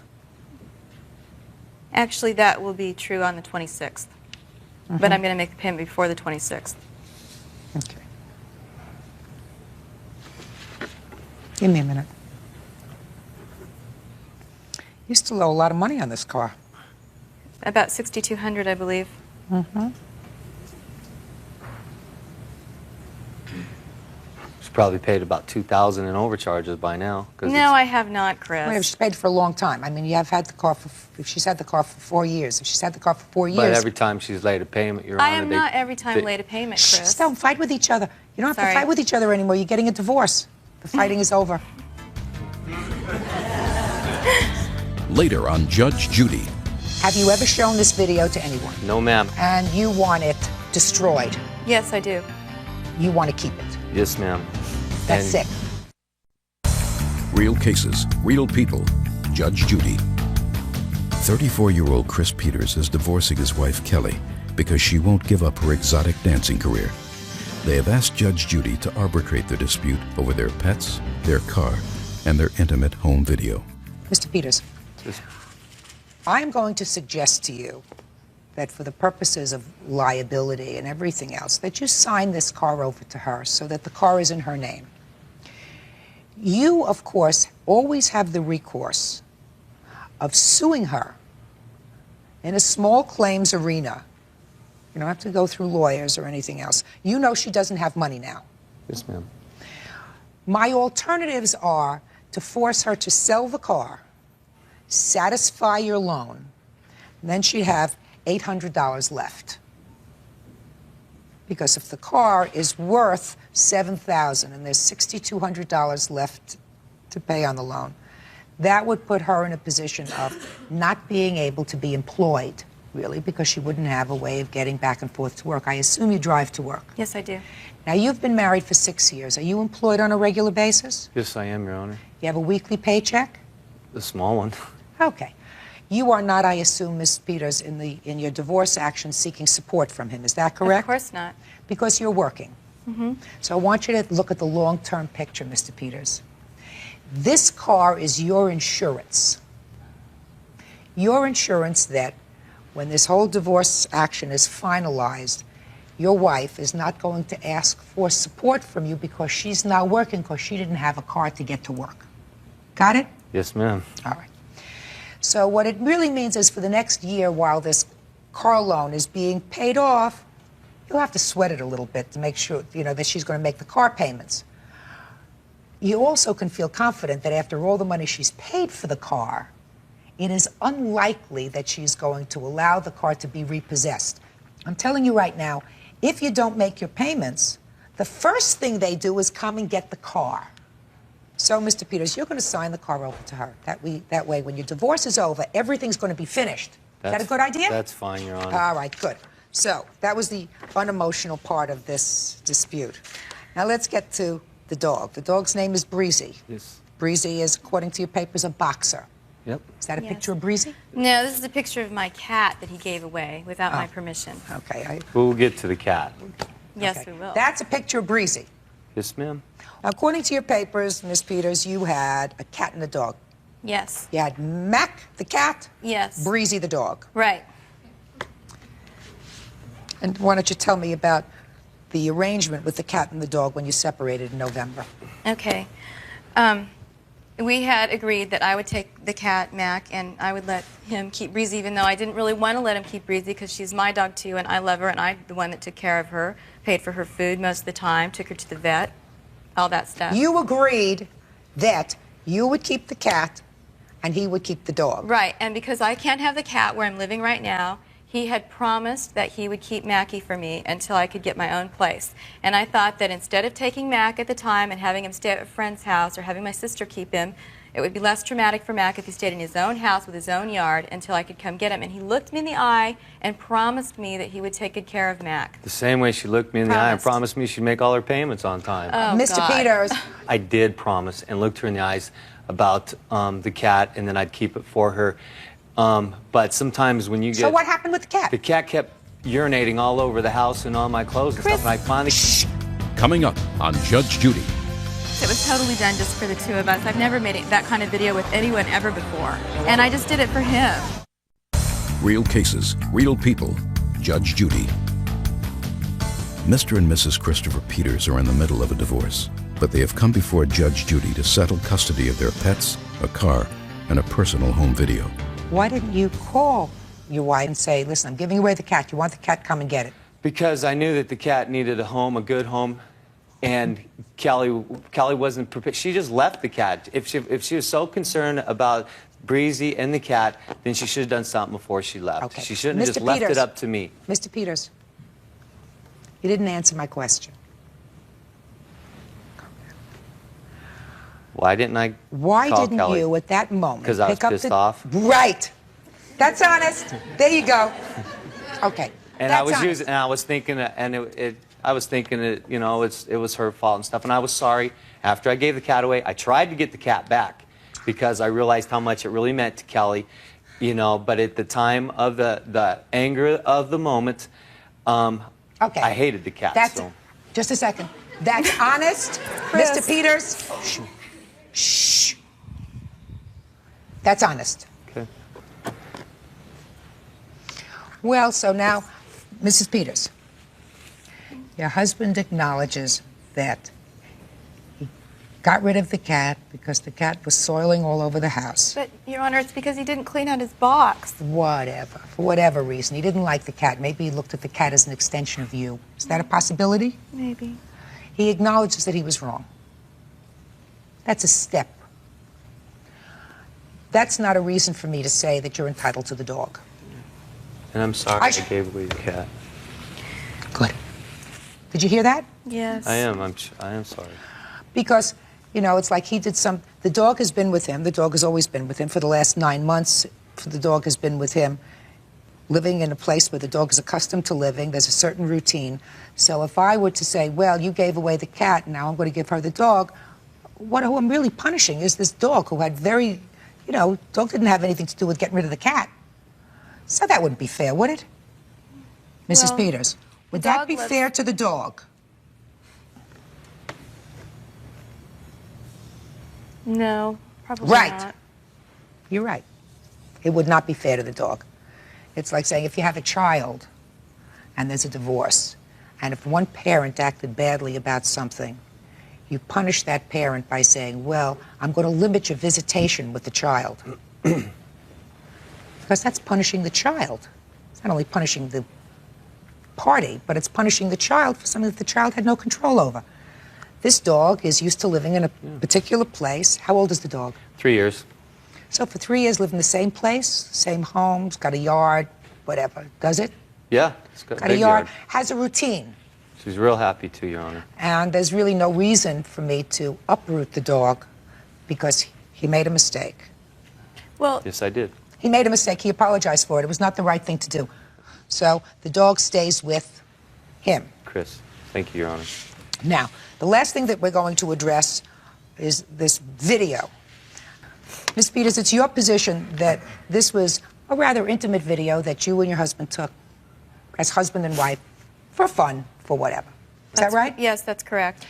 And you want it destroyed. Yes, I do. Your position is you want to keep it. Yes, ma'am, I do. Well, I have a couple of questions to ask you, sir. Okay.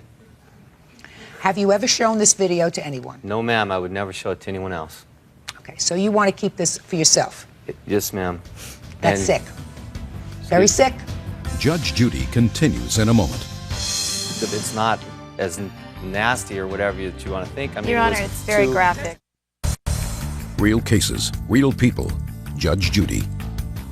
Kelly Peters, an exotic dancer, and her husband Chris Peters are divorcing. Judge Judy is deciding what happens to their intimate home video. There is no reason that I can think of for divorced people to keep pictures, videos, photos of each other that the other party might find embarrassing. Well, there's nothing embarrassing about it. It was just, you know, I mean, it's like, I love Callie. I'm always going to love her. And it's just, I mean, it's not as nasty or whatever that you want to think. I mean, Your it was Honor, it's very graphic. Just a second. I don't want to hear about it. I thought I was being very... Sorry. I thought I was being very circumspect about it. I said that there was an intimate thing done with... I have between many us. other videos of her, too. I mean, that's not in the same category, This is what she wants. This is the one that offends you, correct? Yes, ma'am. Mr. Bell, I'm going to say this to you one more time, sir, and listen to me very carefully. When you divorce, if you're lucky, you're left with certain pleasant memories that you try not to forget. You know, you had good times with your wife. It just so happens that in your case, after 6 years, your lives have taken a different path. She doesn't want to have to worry about these photographs, these videos, falling into anybody else's hands. God forbid you're out in a car and your car is in a wreck and you are there comatose and your mother goes through your things and she says, I wonder if these are pictures of Chris when he was out skiing. And your mother plays this video. Do you understand what I'm saying, sir? You know, it's one of the reasons why people are always supposed to wear clean underwear all the time and keep their houses neat. You never can tell what's going to happen.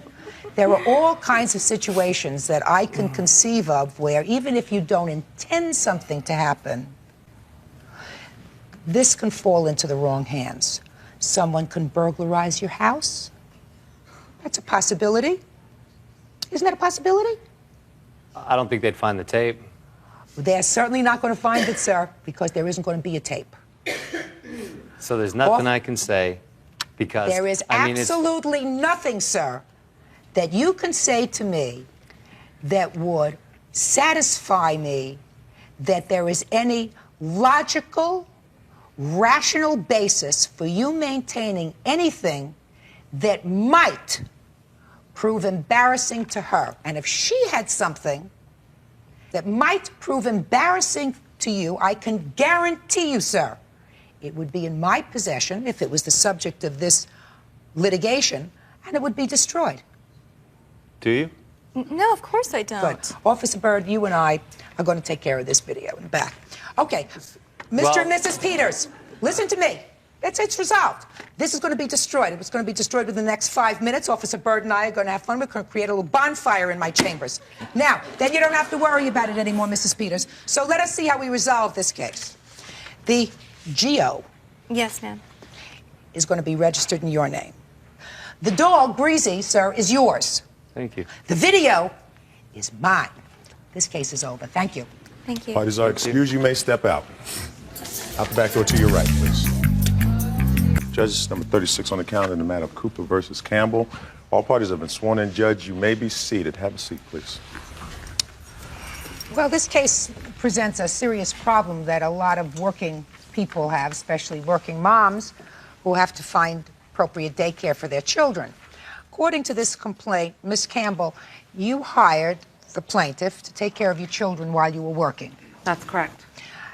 How long did she care for your children? I believe a little over 2 years. I'm not exactly sure. And how many children did she care for? She cared for 2 of my children. I have only 2 children. How old are they? Your son, who's 5. My son is 5, and my daughter, who's here today as a witness, she is 7. And there came a time when you became dissatisfied with her service. According to your answer, terminated for service. But according to your complaint, she did not pay you for the last month. Is that correct? Correct. Which was $450. Correct. So, let me hear what happened. I provided a service to Mrs. Campbell for the month of April. There had been problems previously for months with her son having uncontrollable bowel movements, and I had suggested several times on occasion for her to have him evaluated, and she disregarded that. Oh, that's not true, Just a Terry, second. and you know it. According to these papers, Ms. Cooper, you were aware of the fact that her son had some serious problems. Right. What kind of problems does he have? My son is learning disabled. We believe he has ADHD, and also he's been diagnosed with stress-related seizure disorder. And according to your papers, he did have a couple of grand mal seizures. He's had 2 grand mal seizures. The first occurred the first day of preschool. The second occurred in Carrie Cooper's residence. And the ADHD is attention deficit Hyperactivity. attention deficit. Attention deficit hyperactivity disorder. Correct. And you were aware of that he Yeah, had yes. these problems. So he soiled himself while in your care. Right. And Twice. Twice? No, this has been going on. It was No, like it was the 3rd time. It was the 3rd time. it was more than 3 occasions. No, it wasn't. Don't interrupt. So what happened on the day that precipitated This this was at lawsuit? 3 p.m., April 30th. I proceeded to call Kathy at her place of employment. At 3 o'clock, the little boy soiled himself. Right. And you called her at her job. Yes. What and time asked- does she usually come to pick up the children? 5 o'clock. Okay. So I proceeded to ask her if she can make arrangements for somebody to come pick him up. No, you didn't. Listen, I'm going to get to you in a second. I called her, notified her of the problem, asked if somebody could come pick him up. I didn't have another diaper to change him or a change of clothes. She said he would have Miss to Campbell, stay like that. you're not helping yourself. Okay. Okay? He would have to stay like that until she got there. At which time, I put him in the hallway because I have tile there. I have carpet everywhere else. I put him in the hallway to wait for his mother. How did you put him in the hallway? I just had him sit on the floor in the hallway. Well, describe this place to me. Okay, my front door, then the hallway, then you go into my living room. The hallway is all tile. And I had him sit there instead of the carpet so my carpet wouldn't get soiled. Do you have any children? Yes, I do. I have 1 child. Boy or a girl? Girl. How old? 5. Well, let me ask you this question. Okay. Why didn't you take off those soiled clothes from the little boy? And at least for the 2 hours that he was waiting, why didn't you put on a pair of your daughter's overalls, something? I just did when I called her and asked her to come get him, I did what she told me to do. No, Miss Cooper. I'm talking about humanity. I'm not talking about what she told you to do. She called her at work and you said somebody has to come and get him. Well, this is 3 o'clock in the afternoon. It's not easy on a moment's notice to get somebody to come over and pick up the boy. These were children that you had watched for 2 years. You have a child of similar age, who I'm sure has a pair of sweatpants, because girls always have sweatpants, just like boys do. Take off the diaper or the pull-ups that he was wearing. I don't know, burn them, do whatever you want to do with them. And in the meantime, until she gets there, put something of your daughter's on. Why couldn't you do that? Instead of putting him out in the hallway. Since I started watching the kids, he was potty trained. I never agreed on changing diapers. She knew of the problem. She knew that I wasn't going to do that. That's why every time it happened, I called her at work, and either her husband or herself would come pick him up. What do you mean you never agreed? Children have accidents. I understand that. And you mean if a child has an accident, you don't take care of that? Yes, I do. Well, then so what was the problem here? If you wanted to terminate this and say, listen, after today, I'm not taking care of him anymore, I could understand that. My problem, Ms. Cooper, is it's very traumatic for a child. I know I've had children, and It's very traumatic for a child to be left that way, humiliated in a hallway alone. A 5-year-old understands, has the cognitive ability to understand what you're doing. It seems to me there's a certain lack of humanity in not taking care of the problem and then saying, at the end of the day, Miss Campbell, I can't, I won't, I don't want to take care of your children anymore because this is a problem that I don't want to have to deal with. I had told her that 2 weeks prior to that. But still, you continue to take care of the children, right? Right. But you can say, I'm not going to do it anymore without taking it out on the child. The child is the one who's traumatized. She may feel very badly about her son, but it's the child himself who's left with that feeling, that terrible moment of being in a hallway because he soiled himself, especially when he has the kinds of problems that this little boy has. Who's wrong? All right, Miss Campbell, I see you're real upset. I want to tell you, first of all, she handed me his clothes in a clean bag. The difference between the other 2 incidents and this, he was wearing a pull-up. All she had to do was take off the pull-up and clean him up, put his clean clothes back on him. She's lying. Those clothes were in a bag. My daughter's here. She knows the story. When I walked up, he was standing by the front door. The neighborhood children had gathered, and they were laughing at my son. I will never in my life forget the look on his face. Judge Judy continues in a moment. My son is going into therapy June 19th for what she did to him, okay? It wasn't a safe environment at all. And later today, You owe me my money. Or you gotta pay me. Well, I'm not going to pay you because you still owe me. real cases, real people. Judge Judy. Catherine Bennett Campbell says her babysitter, Carrie Cooper, neglected her 5-year-old son, and so she refuses to pay the fee. He was standing in the hallway like she said, but you could see him. I could see him in the corner with his head down. When he came out to me, his pull-up had been on him for 2 hours. It was sagging. He had only a t-shirt on. She had just bagged up his clean clothes because she simply did not want to deal with the situation. Those weren't clean clothes. They were clean clothes. Sir. I'm sorry, Your Honor. I had to say something. Well, then you step up here. You want to come up here and say something? I'll hear you. They were not. They were soiled clothes from days Stop. before. Miss Campbell, why don't you say anything? She doesn't bring diapers. She had bring clothes before, but they had been soiled in prior. That's why they were in a plastic bag. What's your name, sir? I'm Tom. Tom what? DeLeo. Mr. DeLeo. You were home when this happened? Yes. You have children, sir? Yeah, her daughter's my daughter. You know how protective people are of their children? Yes, I do. Miss Campbell is protective of her child. You are particularly protective of a child who has a disability. We were protective of her kids, too. No, Mr. DeLeo. You're not protective of a child, sir, if you don't take care of that child. Well, it's not the same way that you would take care of your own child, and you would not leave your daughter in that situation. And if you would not leave your daughter in that situation, you don't leave a child entrusted to your care in that situation. I want to say, when she made that phone call to me, if I had known that my son was going to go through this, you better believe I would have picked him up. I never intended for this to happen to him. Had you always paid her on time? Yes. Yes, ma'am, I did. And you paid her at the end of the month? Yes. For the preceding month? Correct. Now, you know that she took care of, by the way, did you report this incident? Yes, I have. I filed a police report, which I have a copy. Tom DeLeo is also involved. I want to explain to you this. When my children got into the car, both of them at the same time told me, Mommy, Tom hit Josh in the head. Tom hit Josh in the head. Then Josh told me, no, you know what? Jenna's going to tell you.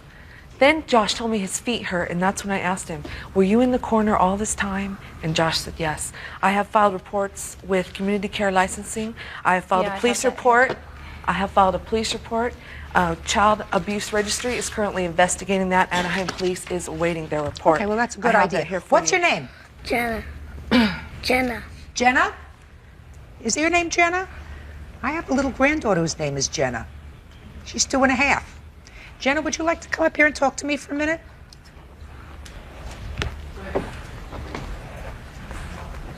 Watch your step. See you, Jenna. Hi. Hi. Jenna, do you remember that day when your brother had a problem? Yes? Well, would you tell me what happened? You look at me and tell me. Well, I came home. I came to my babysitter's house. She picked me up from the bus stop, and then we had to do my homework, me and my friend, and then we ate our snack, and then we played the monkey game, and then it was time for Joshua to get up, and then He had been sleeping? Yeah, and he did an accident. And- While he in his pants while he was sleeping? Okay, so what happened then? And then Carrie put him in the corner for 2 hours, and then he told me that... Who's Carrie? She. She. That's Carrie? She put him in the corner? And then he told me that Tom hit him in the head because he hit Ashley on accident. Oh, so that Tom hitting him on the head had to do with an argument that their little girl was having with your brother. So he said he hit him on the head because he hit Ashley. Joshua hit Ashley. I see. It didn't have anything to do with him soiling his pants that he got hit in the head, right? Is that right? Good. Anything else you want to tell me?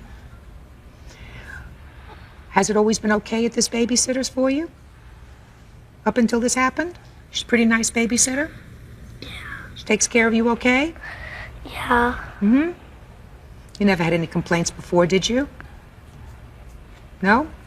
You have a new babysitter now? You like the new babysitter? Want to go back to your seat? Okay. Okay, so at least we found out about this hitting on the head. It didn't really have anything to do No, with but this how appropriate is it to hit a child with stress-related Kathy, seizure I disorder never in the hit head? Josh in the head. listen. No way. Listen. That's what my children told me. Judge Judy continues in a moment. I have nightmares over what my Joshua went through for 2.5 hours. You're pathetic and you make me sick. Real cases, real people. Judge Judy. Catherine Bennett Campbell says her babysitter, Carrie Cooper, neglected her 5-year-old son, and so she refuses to pay the fee. This was an unfortunate incident. Extremely. I absolutely agree with you. But it appears from what your daughter has said, and even what you have said to me previously, that this was a babysitter that you had used for 2 years and who had taken good care of your kids. I don't think you would have left your children with her if she didn't. I find, Miss Cooper, that your behavior on that day was really inexcusable. The issue is, does that mean that you don't have to pay her for the whole month? And you do, because that was your arrangement. You have to pay her for the month that she watched your children. I certainly think that you did the appropriate thing by issuing the reports that you did, because I think that her actions were callous in what she did with your boy. She exercised very poor judgment. I'm telling you that you exercised very poor judgment. But this is a court of law. You had a contract. Your contract provided that you were supposed to be paid $450 for watching these children. You would watch them for an entire month prior to this incident. So the judgment in this case is simple. It's for the plaintiff in the amount of $450. That's all. Parties are excused. You may step out. I hope you're proud of what you did with my son. Step out the back door to your right, please. I think you're pathetic, and I think you should not be watching children, and I think you better take some parenting classes, and you need to find You some need compassion. parenting classes. Oh, honey, I'm in parenting classes to deal with the problems my son has Your because son of you. had problems before That's correct, me. and you knew about it. You knew. Parties on Richardson versus Amos. Step forward, please. 29-year-old dancer Denise Richardson says she loaned her brother-in-law, Lavasta Amos, $95 to rent a truck, and he never paid her back. All right, Miss Richardson, you say that Mr. Amos owes you $95. You want to tell me how that came about, please? I don't know about it in March. My niece called her father asking me to Your help. niece? My niece. That's My his sister. daughter? My sister's daughter, yes. Okay. This is the father. Yes. Your niece called you and said... Asked me if I could rent a rider truck for them to move. So it was For just whom? for her father and her. Okay. And it was just for me to put it on my credit card, for them to just have a deposit, you know, to hold the truck, and then they were supposed to make the payment.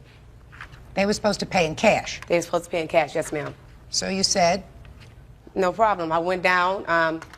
I had to sign, show my ID.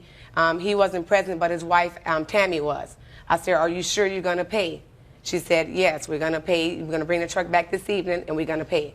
So I had to go to work, and I went ahead and left the matters in their hand. So they put the $95 on your credit card, and they never paid for it in cash? Yes, ma'am. Yes? How you doing this morning? I'm doing fine. Let's get down to business. Do you owe this lady $95? Yes, I do. So why are you here? Well, basically, it's like that happened when I did have the money. She wasn't in town. She was out of state. So I ended up spending the money. So when she came back, I told her... Just a minute. You rented the truck. Yes. And you had the money. Yes. In cash. Yes. No, not at the time that she rented the truck. That's what you told me. So then you got the money. You're right. How much later did you get the money? It was about a week later. So why didn't you send it to her? I didn't have her address for her. Plus, when I had the money, she was gone out of state. Actually, the money was supposed to be paid that day. The credit card was only to hold the truck because you can't get one without a credit card. He was supposed to pay that day, either that night or the next morning they dropped off the truck. No, because I told her I didn't have the money, because if I did, I would have gave her the money that day. If that was the case, I would have never let him rent a truck on my credit card, knowing he may have done that to me. If she knew I assume you have the I had money the money today. Listen, I assume you have the money today. No, I do not. Well, you better get it. Do you work? Yes, I do. But she owed me. She owes you for what? Well, back on March the 22nd, or at the end of March, my daughter babysitted her kids. Her kids got out of hand one time, and they was just basically running in and out the dining area where my cabinet was, and they ended up breaking my champagne glasses for a wedding. That was never. I never did know anything about it. I told her about it. March? And yes, when Toya kept the kids that day. Just a second. And I told her that the glasses cost $150. It was our wedding champagne. It was engraved with our name on it and everything. She said she was going to pay me back. This is all new to me. I've never even heard this. Mr. Amos, that really has no... You can't set off, sir. What you're looking to do is set off the champagne glasses for the $95 that you owe her. Let me tell you this. If your daughter... It has nothing to do with that. I mean, you know, it's like she said she was going to pay me. That's just like the same thing I'm supposed to pay her. I'm going to pay her and she ain't paying me. Judge Judy is ready to rule. Well, I want to tell you something. I'm not deciding that lawsuit with the broken champagne glasses, but if I was deciding that lawsuit, this would be my decision. Pay careful attention. Your daughter, who is how old? She's 16 now. She assumed the responsibility of taking care of these two children.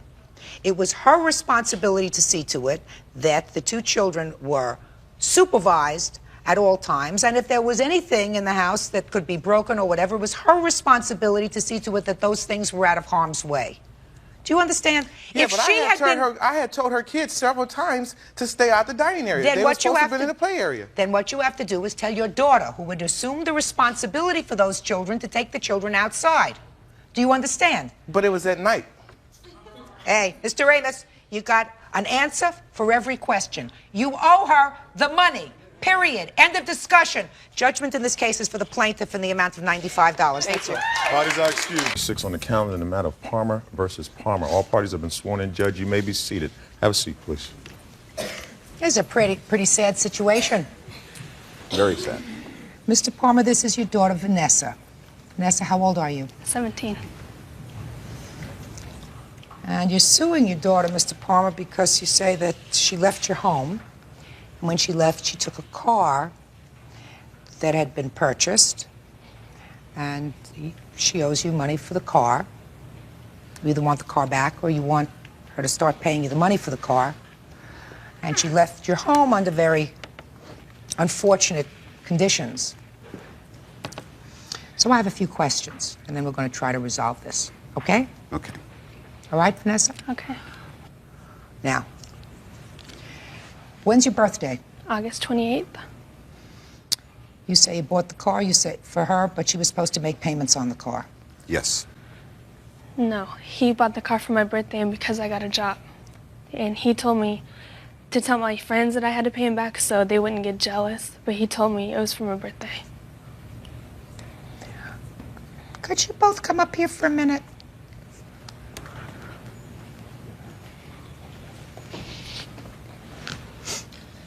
Mr. Palmer, I don't know what could motivate a parent other than anger to bring their 17-year-old to court. I'm sure it's not the money, right?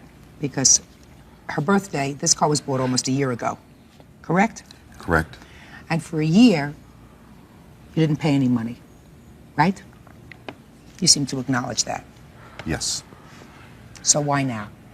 Because over the past year, I had been asking when this was the only obligation that I asked of her throughout the entire period was that I will get a car for you. She wanted a brand new one, but I was not going to co-sign which I would have been paying for. To purchase a brand new car. Furthermore, going to school and working part-time, I really feel that it's not in your budget. So what I said I would do is purchase the car for her, pay cash. This eliminates finance charges. Also, you would only have to have the liability insurance, and I feel that it would best fit. How much did you pay for the car? It was around $900. Then, So it wasn't an expensive car, and then it was in an accident, according to your papers. It took some No, fixing it up. was stolen. Or it was stolen and Right. it was trashed or something, and you Yeah. had to pay some money to fix it. correct. Step back, Mr. Palmer. Step back, Vanessa. First of all, Mr. Palmer, we're going to get to the emotional part of this case in a minute.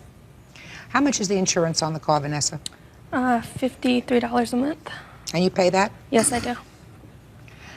And Mr. Palmer, how much did you tell your daughter she was supposed to pay you each month towards the purchase price of the car? We had to establish, first of all, approximately what her income was going to be. Did you have this discussion with your father? No. No. He never told me I had to pay him back for the car. Whenever he was upset with me or mad at me, he told me I owe him. But other than that, he never told me. Honor, that's not true. What I asked you, Mr. Palmer, was a very simple question. How much did you tell your daughter she had to pay you back each month for the car, like an installment loan? Give me the figure that you say you told her.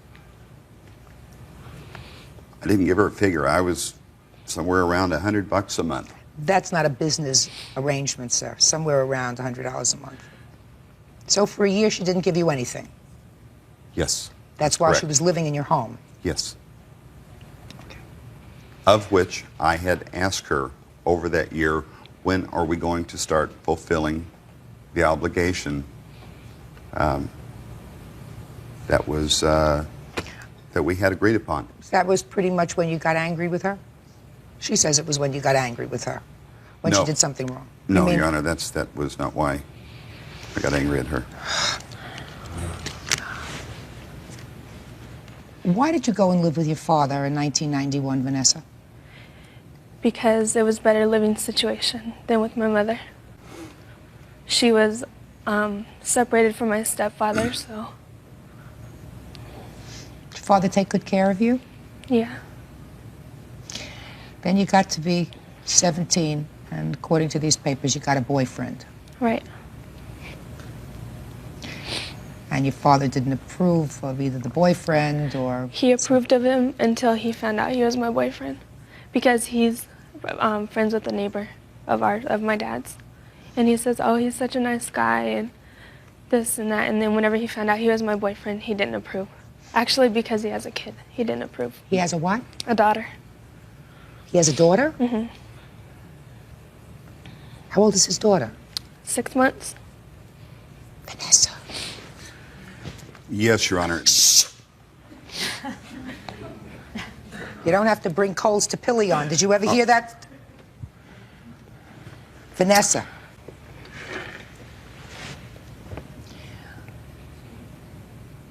I was a family court judge for a very long time.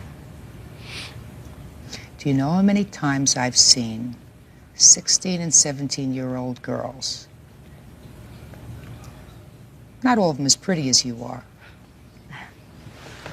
Tell me that they love a guy and he's got 2 or 3 kids floating around, right? Do you know how it sits on your father's shoulders when he sees his beautiful 17-year-old daughter dating a guy who has a 6-month-old baby. How irresponsible that is. How old is your boyfriend? 20. 20. And I assume he's a president of a bank or something. That's how he earns a living? No, he was working until he broke his ankle. He was working at what? In a warehouse. And now what is he doing? He broke his ankle and now he's on disability. So now we have a 20-year-old on disability with a 6-month-old baby. And you wonder, I mean, I wish, Vanessa, that you could take yourself out of your 17-year-old body and make yourself 40. For a minute. Do you know what I mean? Yes. Because he knows, if he's smart, how easy it is to throw away your life when you're 17 and to make a mistake when you're 17 and you can't recoup. The woman or the girl who had your boyfriend's 6-month-old baby is never going to be able to recoup her life. Don't you understand? If he liked him, he liked him. Then he found out he was your boyfriend and he's got a 6-month-old baby. You think that there's something wrong with your father for being angry at that and for saying to you, listen, babe, I'm going to do whatever I can to see to it that you don't ruin your life. Judge Judy continues in a moment. You hook your star to a loser, that makes you a loser. Real cases, real people. Judge Judy. David Palmer says his 17-year-old daughter Vanessa had no right to take the car when she left home to live with her mother. You're a mother. Stand up here. Stand up here. What's your name? Donna. What did you tell the daughter about this boyfriend? She's dating him. She's not Well, marrying him. I don't care whether she's dating him or marrying him. Didn't you explain to her what the problems are? When I found out that he had a child, I was a little upset about that. Other than that, I think he's fine. You think a 20-year-old with a 6-month-old It's baby not who's my- on disability is fine for I your think 17-year-old I gorgeous think daughter? He, as a person, is fine. Listen, there are a lot of very nice people. I have daughters. I have 2 of them.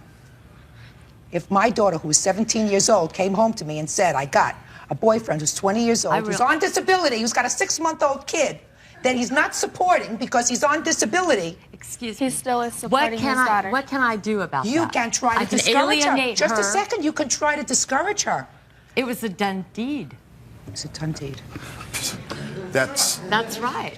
She's in love with him. She's in love with him. I mean, they're not planning to marry, to run off together. They both live at separate residences. They're dating. You know, maybe if your She daughter had a works, she goes unified, to maybe if school. your daughter had a unified front with her parents, and both of her parents saying to her, "This is a tremendous mistake," then maybe we wouldn't be in this situation. Because I gather from these papers and from what you're saying that the reason your daughter left home was because you said, "I don't want him in my house anymore." She was thrown out. Just a second. He threw her out. What happened, sir? No, Your Honor, that is not true. Oh, that is God. not true. That is not true at all.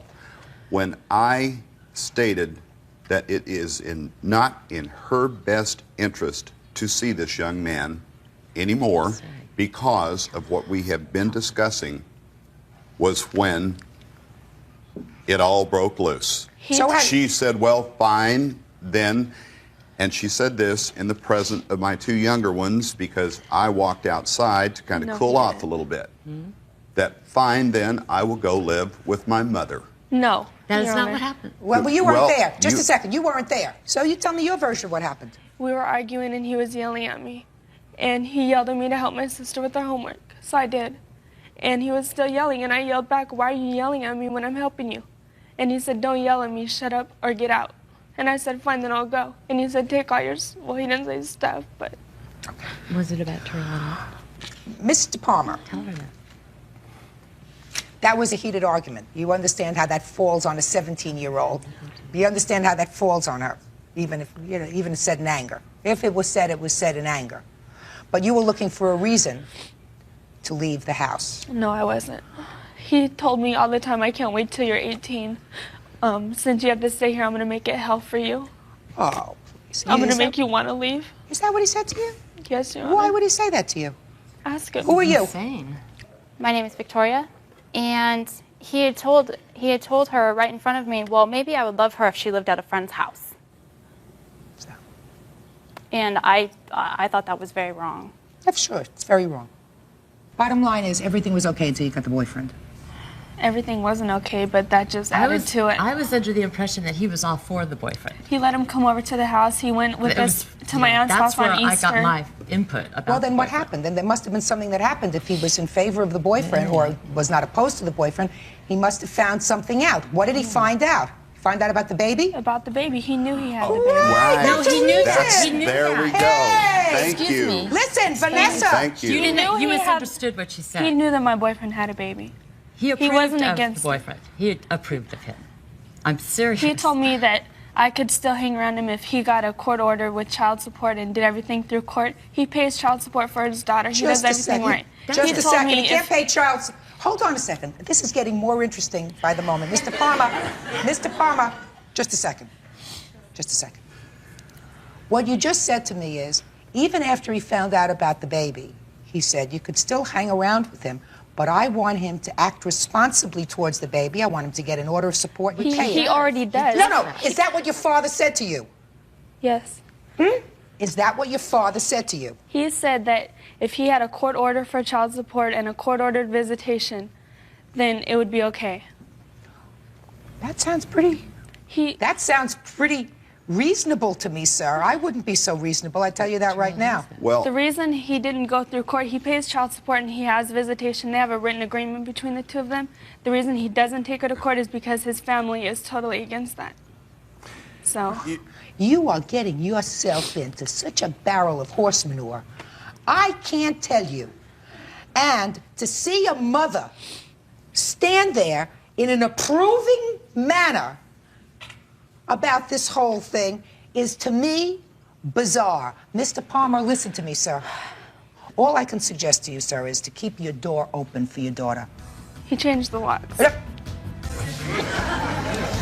Judge Judy continues in a moment.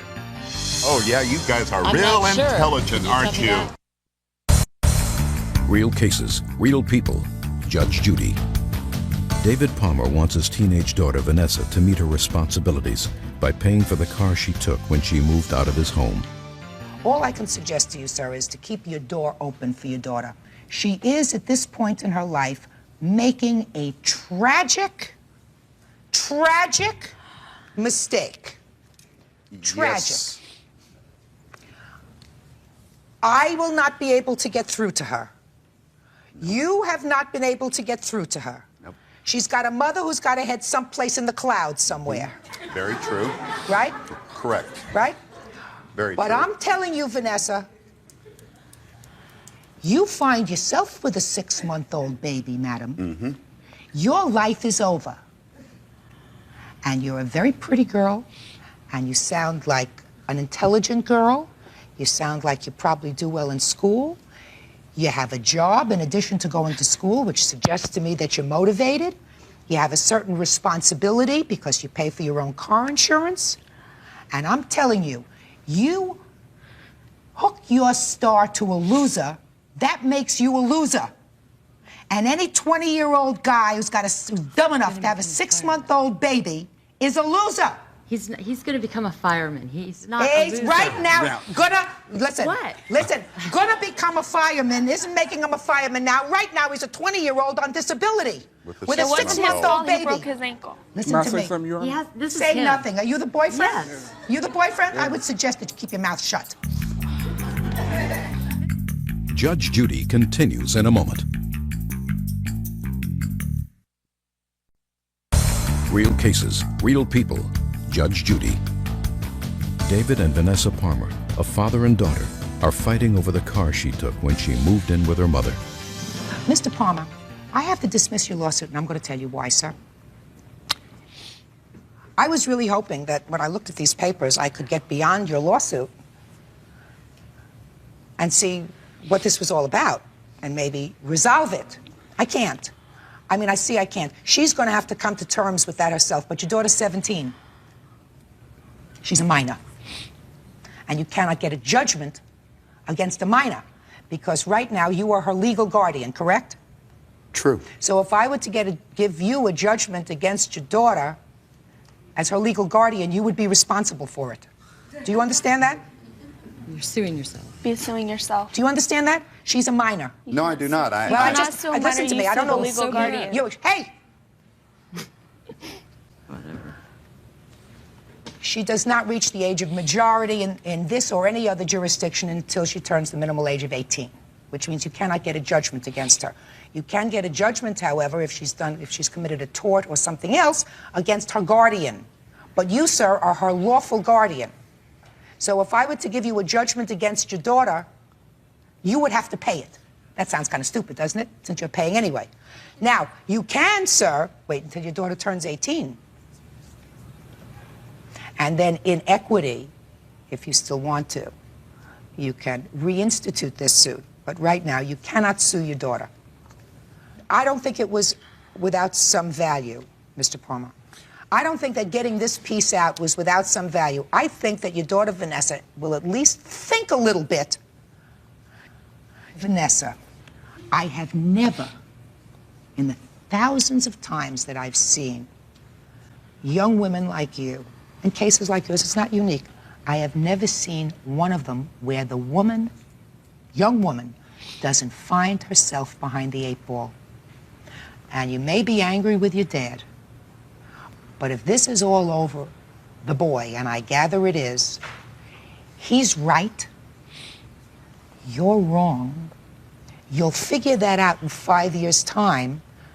Unfortunately, in 5 years' time, it may be too late, which is really what he's saying.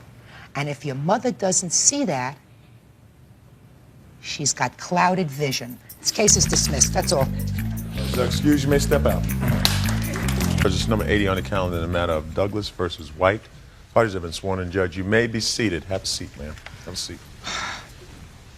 Mr. Douglas, I've read your complaint. I've read your response. Ms. White, don't understand a lot of it. What I gather, sir, is that you rented a room from the defendant. That's correct. And things, according to your complaint, became untenable there. You moved out. Yes, ma'am. And you're suing the defendant for $5,000. Yes. You rented him a room. You say he moved out owing you a month's rent because he didn't give you 30 days' notice. So you're suing him for $5,000. Plus sexual harassment. Well, my limit is $5,000, so I assume that everything that you're suing for is part of your $5,000. That's correct. This better be good. Let's go. It's pretty good. I moved in. When I went to apply for the room, I asked for no drinking, no smoke, or little smoking, and no violence of any kind. Is this a private house? Yes, it is. Right. This was just at the time of the application. Excuse me? This was at the time of the application for the room. There were 3 people there, the defendant, Rose, her witness, and another gentleman. Okay, so what happened? The first month I moved in, it was pretty calm, but thereafter it just got worse. How did it get worse?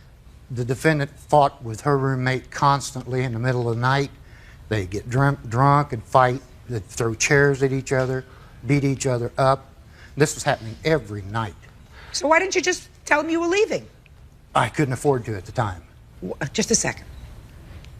What do you mean you couldn't afford to? I'm on a fixed income, and it was costing me $450 a month to live there. I didn't have enough money to move, period. Well, how much did it cost you to move in? $450.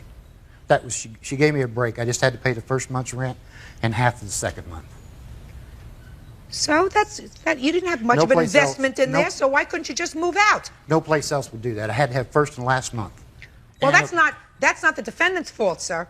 I didn't blame the defendant for that. Well, so I just could not afford to move. So what are you until I moved. suing the defendant for $5,000 for? Because she didn't take it. The money that I paid her was supposed to go as part of the rent or part of the mortgage payment. It never got paid. What does that have to do with you? A lot, when the mortgage company's going to throw me out. What does that have to do with you? You're I giving her went in there, $450. I'm trying to figure out where this $5,000 number came from. Well, on top of the not paying the rent, my electricity was shut off. When?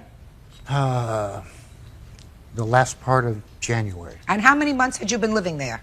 3 months at that time. How come the electricity got shut off? Because he took over control of my house. He told all the tenants, because I got notice of trustee sale, because I'd been trying to save my house after divorce. He got all the tenants together and said, you don't have to pay rent, you don't have to pay any utilities. And they didn't at that point. They all stopped. Why did he tell the people that they didn't have to pay rent? Because he said because my house was being supposedly foreclosed, and it didn't. Oh. So you found, let me understand this. You found out, sir, that the house was in foreclosure. Just a minute. Okay. You found out that the house was in foreclosure. Yes. And you had a conversation with the other tenants that if the house was in foreclosure, they didn't have to pay. No. That's incorrect. I'm sorry. Who are you? I'm the witness. I lived in the household at the same time.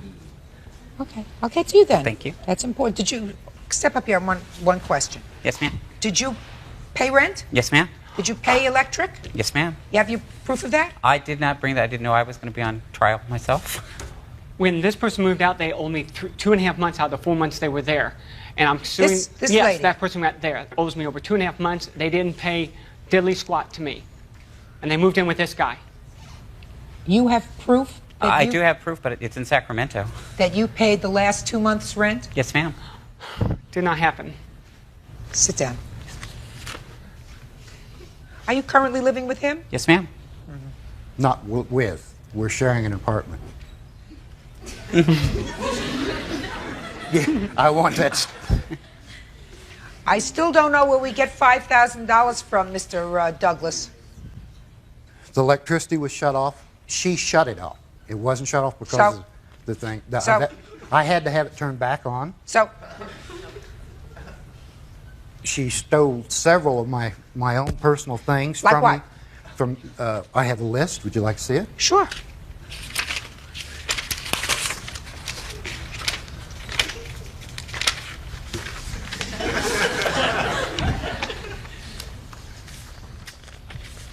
A miniature pulpit? What is that? A friend of mine had a pulpit made for me, a small one. Why would your friend do that? Because I'm a minister, or was a minister at the time he had it made. How long ago was that? 2 years. What kind of a minister? A Christian minister. I mean, did you have a congregation? No, I was a counselor. Counselor for whom? Marriage counselor. I'm going to, listen to me. I'm going to read you a few things, and I want you to tell me whether you have any of these things. Ready? I'm ready. A miniature pulpit. That was left in the room and it's still there. So it's there, ready Yes. for him to get. Yes, I took pictures. Vinyl and wire lampstand. That was left in the room. I have pictures. Cookie jar. That is in my case right here. It was left in the room. 2-slice toaster. That was left in the kitchen where it was left. Just say, Okay. just say, Sure. I tell you what, In just kitchen. say yes. Yeah. Just say yes that you have it, okay? Sorted couch pillows. No. Lavender blanket. No. A year's worth of new magazines. Left in room. Footstool. My property. Extortion. Your property. My property. Okay.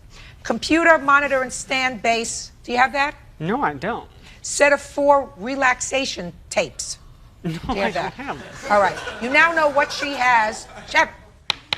You now know what she has, and we'll make arrangements for you to go pick them up. Now, what else are you suing her for? Judge Judy continues in a moment. What do you mean you didn't know who this person was? I didn't know this person was a man.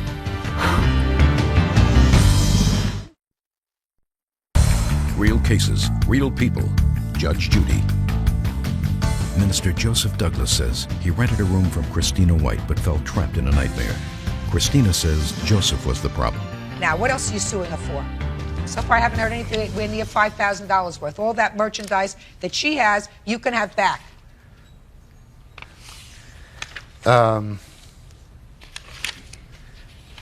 I still have. Stop looking at your papers. Tell me where $5,000 is, Mr. Douglas. Your Honor, I went through pure hell living in that house for 4 months. Then you should have moved, sir. I couldn't afford to. That's not her fault. Well, it is her fault. No, sir. She didn't charge you. She didn't guaranteed charge me you. something when I moved in there, Your Honor. Okay. And she didn't fulfill that agreement. No. And I have a witness to that, too, or a statement from the other witness. I don't read statements from witnesses. I hear witnesses. I don't take statements from witnesses. So far, if you moved into an apartment, $450 a month rent. She didn't charge you security. 300 a month. $300 a month. She didn't charge you security. She didn't charge you first and last. You didn't bring in a whole bunch of stuff, according to you. And if you couldn't afford to move out, she wasn't saying to you, she didn't keep you prisoner there. You could have moved out. Because you can't sue her for $5,000 because you were unhappy there, sir. You're unhappy, you move. This is America. All right, you are countersuing him for what? I am countersuing for the damage to my room and house. To your what? For the damage to my room and house. He left the room filthy, and I have pictures of how the room was left and the stuff he left in the room here, if you care to see some of that. May I? Come on, get somewhere near $5,000, madam. Okay. We're getting to that right now. Well, then let's get to it, because this Okay. other stuff is nonsense. Okay. He This wasn't is- happy living there. You weren't happy having him there. He left, period. End of discussion. I wish that had been the end of it, ma'am.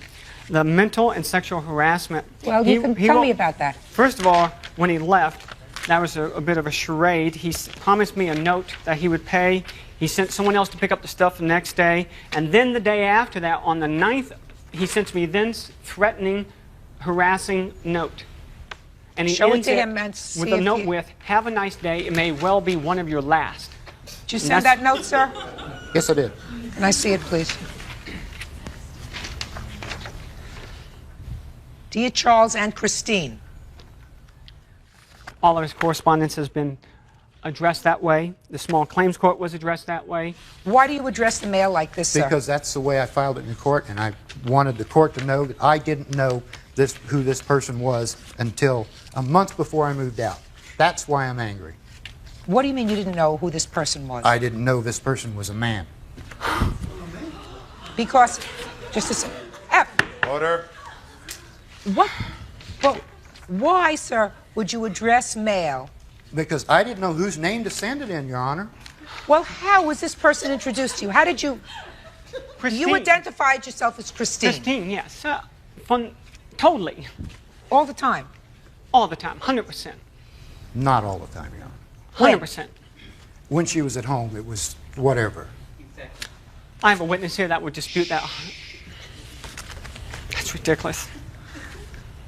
Listen, have you officially changed your gender? Everything, my legal gender, as shown in my driver's license, Is female? changed. Yes, it is.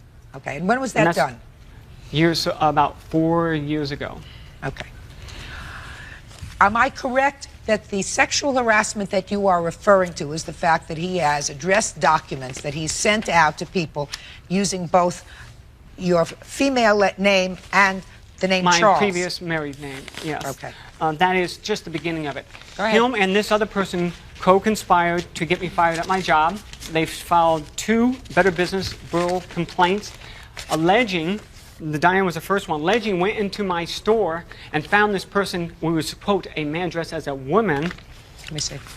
And it has my business response to it, and this is also, he followed with the next day one that alleged the same thing. And everything was fraudulent. They said they could talk to my supervisor. It did not happen. I don't know what this is about. You want to tell me? This is about them, this person here, claiming they came in my store and saw me as some stranger, and I've known that person for 2 Just a minute. years. I'm talking about this Well, gentleman. Forget about her. Okay. She's not party to this Okay. action. Him, he followed up with the same identical thing. No, Your Honor, that's not true. It's right there in black and I white. wrote the letter, but I wrote it because I objected to this person working in the women's department. Just a second. You wrote to the Better Business Bureau advising them that the defendant was working in the women's department of a store Yes. and she was actually a man, and you thought that that was wrong. Yes, I did. Why did you do that? Because I think it's wrong. Did I hear you correctly? Did you just curse in here? I might have. Get out.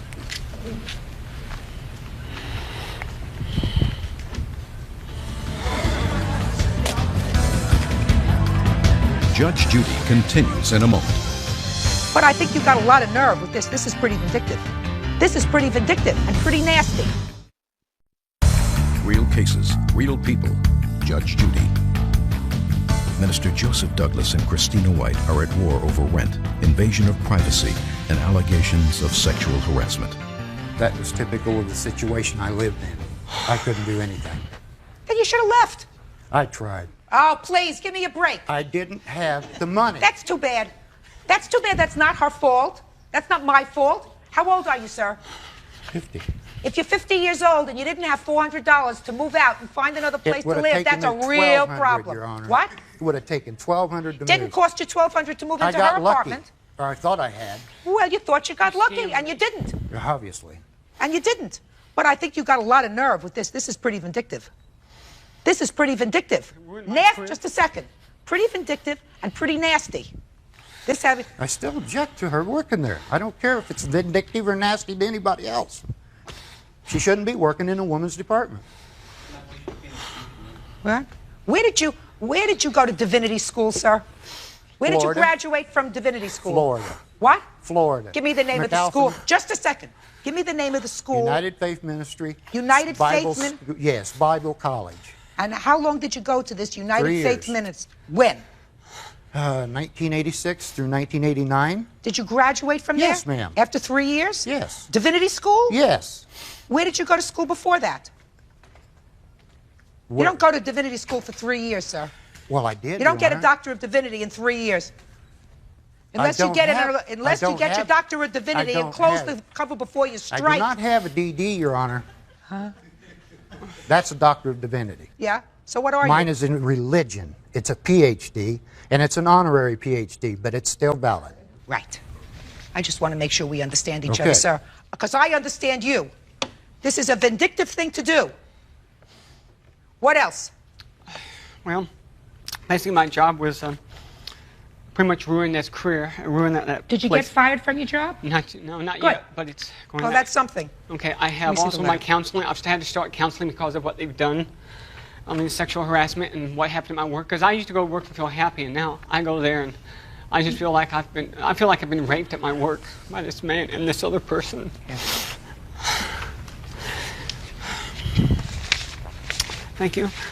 He caused breach of contract by other tenants by saying that they didn't have to pay rent or utilities, and that's the only reason is I ran out Listen of to money. me. I'm not entertaining that. The fact that he told other tenants that they did not have to pay rent or utilities, and they listened to him Yes, because they they were stupid. Go after them in a separate action, each one Yes. of them for money that they owe you. I What else? He interfered with my mortgage contract when they tried to serve me the trustee sale notice, and I was home. He stopped him from doing that, and he got the notice, and he read it, and had him put it on the door. He actually said I wasn't home. They posted the notice. That's all it was, After Your you told him Honor. I wasn't home, you lied. They had already posted it. You lied. I was home. She's ready to rule. Listen to me. He has, as abhorrent as I believe it is, he has a right to voice his objection as a citizen under the First Amendment to the Better Business Bureau with regard to someone who he knows is a man who is now a woman working in a woman's shop. Well, he didn't know that from me, Your Honor. Well, he may not have known it from you, but that happens to be true. So he has a First Amendment right to write to the Better Business Bureau. His motives, I question, just as I question his reverendship. All right. But that is not actionable. It's not sexual harassment. He's saying that he finds that not a reasonable situation to have you working in a woman's department in a store. Now, I don't know what business is it of his unless he goes in to buy ladies' things and goes into the dressing room, but he's allowed to do that because that's what the First Amendment to the Constitution says he's allowed to do. Listen, you get nothing from this court, sir. Absolutely, positively nothing except within 4 days, escorted. You can go and retrieve the items that you will please have put to one side someplace so we can pick up all the items that he has left in your apartment. Right, my house. Now, most of the damages that you are requesting from this court have to do with this harassment and making your life miserable. Yes. Inside and out. Inside and out. He left without giving you 30 days notice. Is that correct? That's correct. I had a 3-day or quit notice, Your Honor, so I left. You didn't leave within 3 days. You hung on. Just a minute. Okay. He left. I would assume, Miss White, that you are very happy to be rid of him. Very. That you didn't want him around for an additional 30 days. Correct? I actually offered he could stay there if he promised to catch up on the rent. Just a second.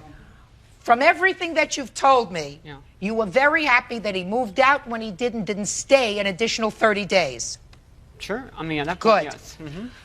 Give him back everything that you owe him. This case is dismissed. Parties are excused. You may step out. Your Honor, number 20 on the calendar in the matter of Creech versus Daniels. Parties have been sworn in. Judge, you may be seated.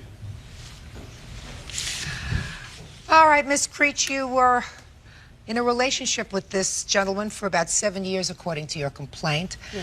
And towards the end of that relationship, you say you lent him money to buy a car. Right. $4,000 to buy the car and another $1,100 for what? For stereo and an alarm. And how much after you made this loan to him did you separate? About a month and a half. You couldn't tell that there was handwriting on the wall? No. No? No, I guess he could, but I couldn't. You, sir, say that this was a gift. Yes, ma'am. Yes, Your Honor. So? Not. Tell me how it came about. Okay. We had a car that we bought together, a Trans Am that we were going to sell. A Trans Am? The deal was he came home on March 28th and he took off with the car. The Which Trans car? Am. The Trans Am with his friend, supposedly to show it to somebody to sell. But actually, it went down to another woman's house. And so then he, the next morning, he took off with the Camaro. Just a minute. How did we get to the Camaro? I want to know how you bought the Camaro. I bought it with, my dad died and he left me some money. And it was in a separate account with my name on it. And I wrote the check to the company. How did you in find cash. this Camaro? Oh, we were shopping for parts at a wreckage company and they had the car for sale. And it was This a was good about deal. a month before you separated. Right. So, It was on what was the Valentine's conversation Day. like when you saw this car? Well, we were looking at the car, and he said, God, this is a good deal for $4,000, and it's 10 years younger, or older, younger, than what I already have. And so I said, well, let's think about it, because at the time he had quit his job, and he wasn't working. And I said, if you get a job, then we'll get the car. Well, Monday came, he told me he had a job, which was a big lie. And then he What went did he back say to to you? his... He got a job doing what? Driving a truck, like he always does. And you were living together at this time? Yeah.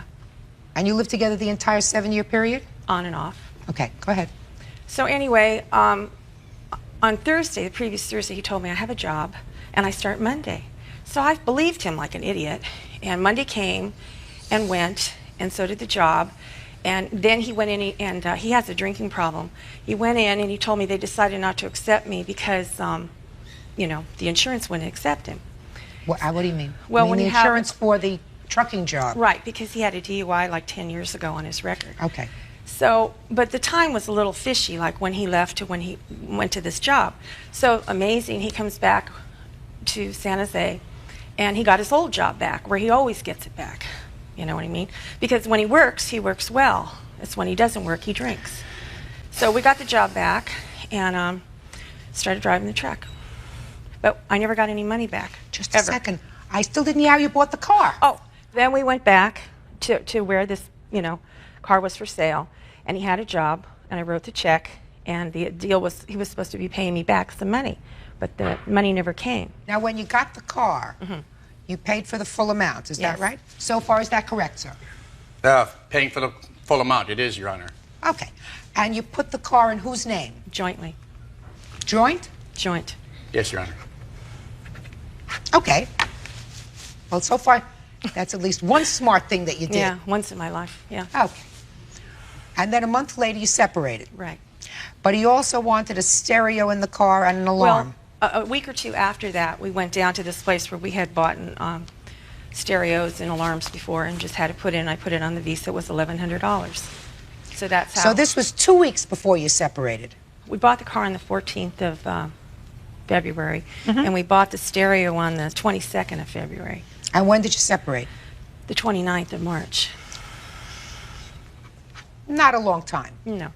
So now you've got a new nice car. new Camaro with a stereo and an alarm. Yes, Your Honor. And what caused you to separate?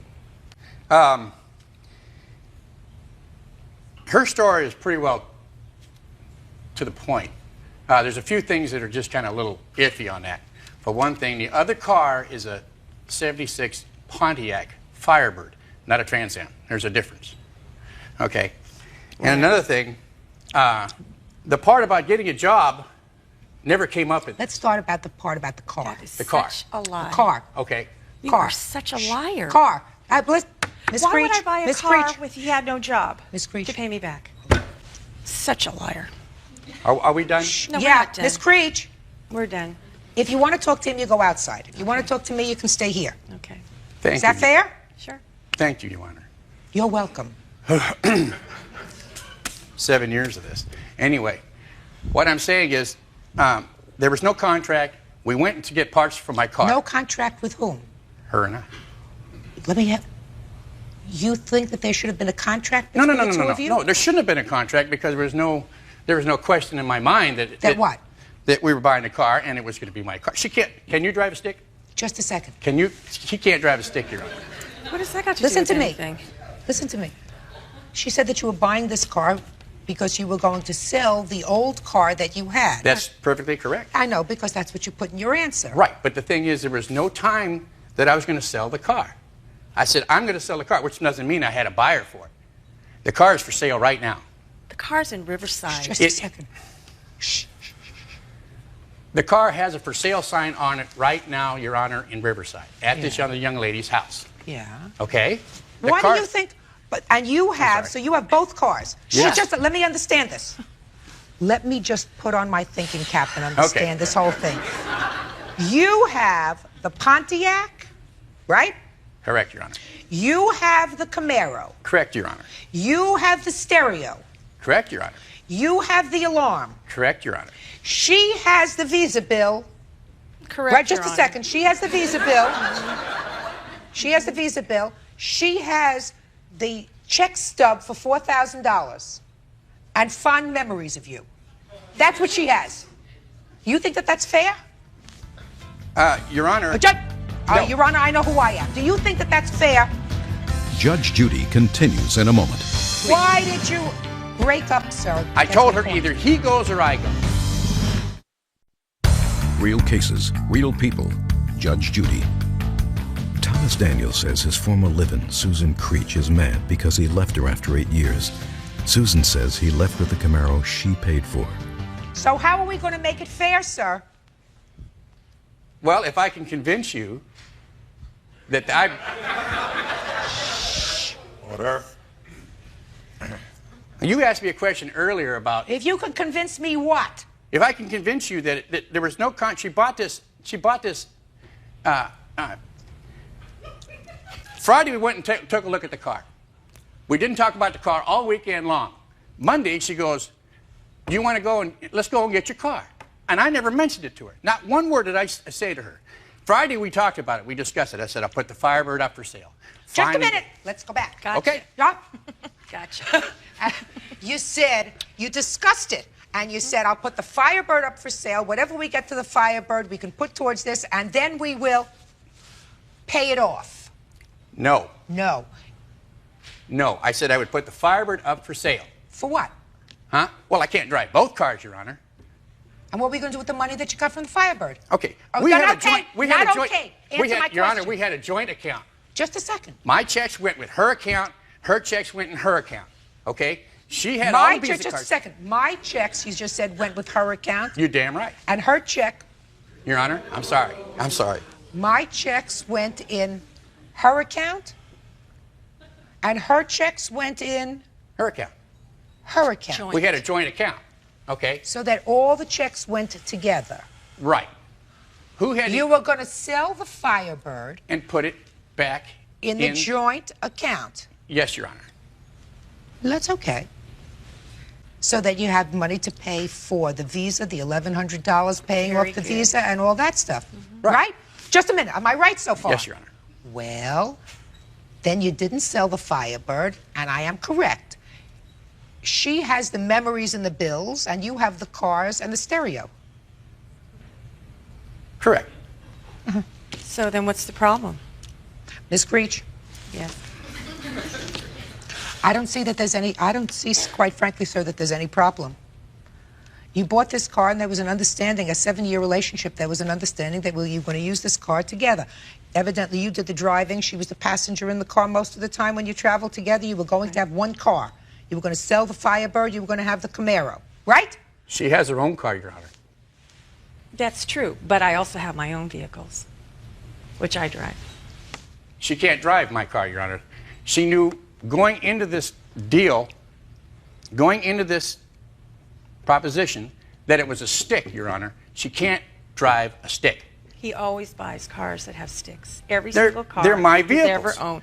But just a second, if you buy, they're your vehicles, if you buy them, she bought this one. And you with say it was our money, Your Honor. What do you mean with our? Just a minute. It was She a says- joint account. It was a joint account, Your Honor. It was our money. Just a second. My money went in there also. It was not just her money. Hold on. $4,000. She said this $4,000 came from In 7 years' time, I have worked more than $4,000, Your Honor. No, we're not. I have just put a minute. money in his bank. Just a second. Talking about the $4,000 that she took out of an account. Did she take that out of your joint account? No. No. Well, then that wasn't your joint money. Funny, we We're had not no going money back in to it, the, huh? Listen, sir, we're not going back to the year of the flood. You were together 7 years. You ate a lot of meals during those 7 years. Drank a lot you of paid a beer. lot of rent. You whatever. She says you drank a lot of booze. Lots. Whatever it was, you lived over that 7 years. And you can't say, well, I must have given her $4,000 over that 7 years. That doesn't sound right to you. This $4,000, she says, came out of a probate account when someone in her family died and left her some money. Right. But is it your position that she bought you these things as a gift as a gift? As a gift. Why? Because she loved you? Yeah. And because she thought you were going to be together? And we thought, yeah. Okay. So that dream lasted another 4 weeks after she bought you this stuff. But there's a lot more to it, Your Honor. I know. I'm not interested in what happened 6 years ago and 5 years ago. What I want to know, sir, is what was the precipitous for your breaking up 4 weeks after you bought this car? Okay, Your Honor. That's me. She has a son, a 19-year-old son who does not work, has been graduated out of school, does nothing more than run around with gangs, does nothing more than get stopped for, doesn't get stopped for tagging, gets thrown in jail for tagging. I've told her that she goes to work at 11 o'clock at night. I stay home and sleep. Why did you break up, sir? I told her either he goes or I go. Okay? He was staying. I said, hasta la vista. And I left. Judge Judy continues in a moment. As long as I never have to see or hear from you again, I'm happy. Real cases, real people. Judge Judy. Ex-lovers Susan Creech and Tom Daniels are fighting over the Camaro she bought just before they broke up. 2 weeks after I'm gone, she kicks him out of the house and then says to me, well, you were right. Not 2 weeks. Just a second. Just a second. She says, you're right. You're right. Right. I said, but what did it take me leaving the house for?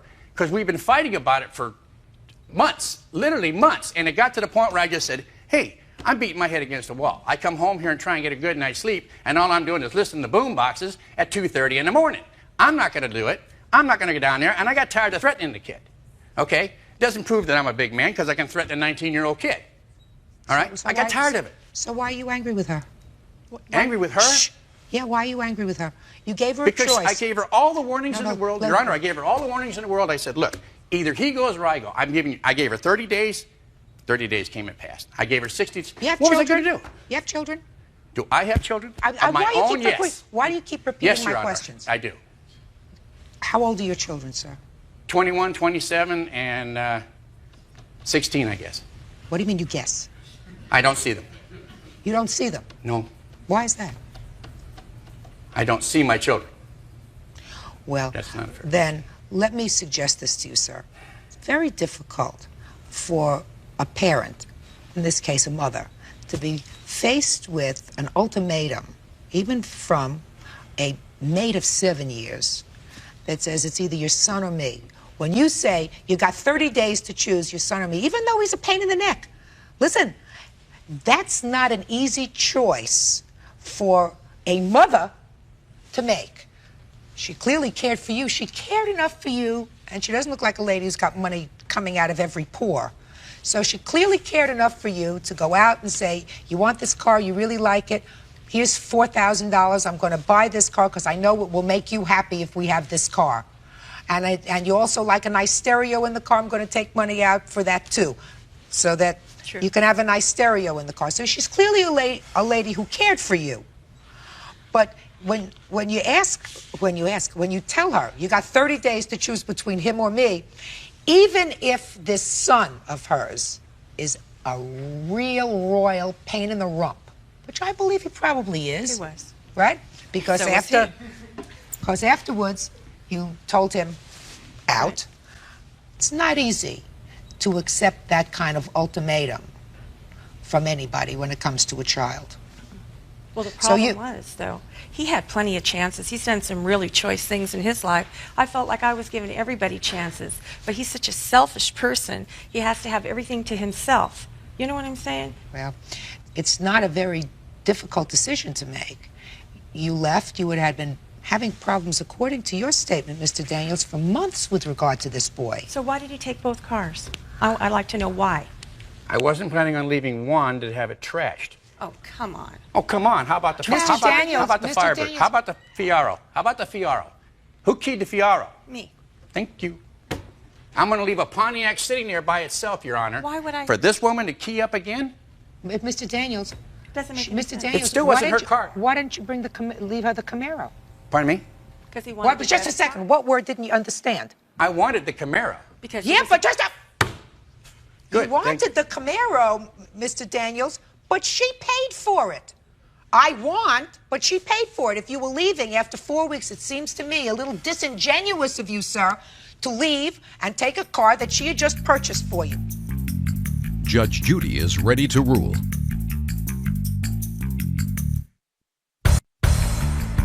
Need help in a divorce dispute? Call 1-888-800-JUDY. Let me ask you this question. Do you think she bought, and I keep saying bought this car for you to use because she had faith that your relationship was going to continue? Yeah, I'm sure she had. Okay. It's no different a situation to me, sir, from somebody giving somebody an engagement ring. And it's always been my position that when a man buys a woman an engagement ring, that's given under a sort of a contract that they have, that they will be together and that they will marry. And in the event that that marriage does not take place, it has always been my position that the ring has to go back to the man. Now, a lot of women say, listen, he gave that to me, it was a gift. But the gift was given with the intention, that ring was given with the intention of the marriage taking place. When that doesn't happen, the contract is over. This car was bought in contemplation of the two of you being together.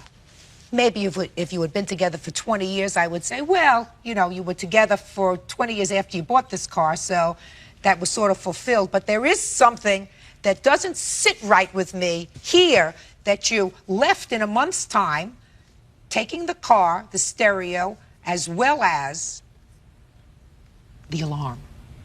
The alarm should have gone off in your head. The judgment in this case is for the plaintiff in the amount of $5,000. Can I say one more thing? Yes. Is there a way that you can make him bring the other car up from Riverside? Because he wants me to go down and get it. Madam, let me explain something to you. You've just told me this man drinks. Mm-hmm. He is selfish. True. He's self-centered. Mm-hmm. He gave you an ultimatum with regard to your child, right? True. He perhaps has not been totally faithful to your relationship. Big time. Big time? Big time. You just won a You're judgment for $5,000. What do you want a 20-year-old Pontiac for? Right? True. Perfect. $5,000 for the plaintiff. Parties are excused. You may step out. On the next Judge. Your Honor, this is number 90 on the calendar in the matter of Farkas versus Bull. Parties have been sworn in, Judge. You may be seated. Have a seat, ma'am. Mr. Farkas, if you tell me the story in as interesting a manner as you wrote it in your papers, it's going to be a fun morning. So, relax and tell me your story. Well, I was traveling westbound on Sunset Boulevard heading towards Highland. I get to the corner of Highland with a plan to make a right turn. I'm in the far right lane. The light changes. I move forward a foot or a yard. All of a sudden, bam! Mr. Bull over here smashes me from the middle lane of Sunset because he's decided to make a right turn onto Highland. So we pull into a strip center right nearby, and I'm reaching for my documents. I'm just trying to compose myself, and he saunters over to my window, and in his way, "Oh, I'm so sorry I did this. This is terrible. I had my mind on other things, and I'm getting a divorce." I'm saying, "Please, I don't want to know. Just let's go with the license and registration." So I look at his license. Divorce? I just got married, so I can't be getting a divorce. I'm going to get to you in a second. I read his license. Dwayne Xavier Bull, license expires in '95. Do you have insurance? No, this I don't have. I look at his license plates, New Mexico license plates. So what are we going to do? He says, "I just want to pay for it. Why don't you just take it over to a." So I asked him, what beseeched you? What possessed you to make this turn? Your Honor, he says, "I saw my boyfriend on Highland Avenue with another man, and I got so upset." I said, "I'm not interested. What are you going to do?" He says, "I'm going to pay." He says, "I'm going to pay for it." I tell him, "I'm going to go right now to get an estimate, and I'm going to bring it to you, and you'll pay for it, and we'll forget the whole thing." Now, the man, can I show this to the judge, please? Yeah. The day, exactly at the incident, I wouldn't leave the scene without him signing this. It clearly says, Dwayne Xavier Bull agrees to pay me. He caused the accident. Fine, so he does it. So what happens next? I call him and call him and call him. No answer. He gives me his pager. His salon is on Sunset. Following morning, I walk into his place of business. I walk in, and this young lady takes over. Divorce, marriage, the French woman, I don't know, but she starts, "Excuse me, I will handle this. Dwayne has no money." Well, that's good. That's good. What are we going to do? "But we want to fix your car, so we want you to take your car to Vahe." To who? Vahe. Vahe. So Vahe, the Armenian auto body repair. It's right. There's more documents to establish it. I pick up the telephone. I say, "I'm not leaving here till I speak to Vahe," so it's perfectly clear that Vahe fixes my car. He pays for it, and I go home. I call up Vahe. And I say, "Vahe, do we understand each other? Dwayne Xavier Bull, I'm going to bring my car to Jenemsveld in the valley somewhere, and you should only know where, I don't know where it is. You have to take a cow to get there. So, Vahe, do we understand each other? You're going to fix the car, and Dwayne Xavier Bull is going to pay for it." He says, "No problem. We know Dwayne. You bring your car. You'll be very happy." Following morning, my wife and kid in tow with the Camry behind us. We're trucking out to no man's land. Oh, excuse me. Here's the document that says that he agrees to pay Varaz Auto Repair when I bring the car to him. Okay. Dwayne, can you give me a chance? Mr. Bull, I'm going to let you tell the defendant's side of the story as soon as he's finished. Okay? Go ahead. So I get to Varaz. Vahe's a very nice guy. He says, "Leave the car, no problem." On my way home, I'm telling my wife, there's no shot in the world that this problem is over.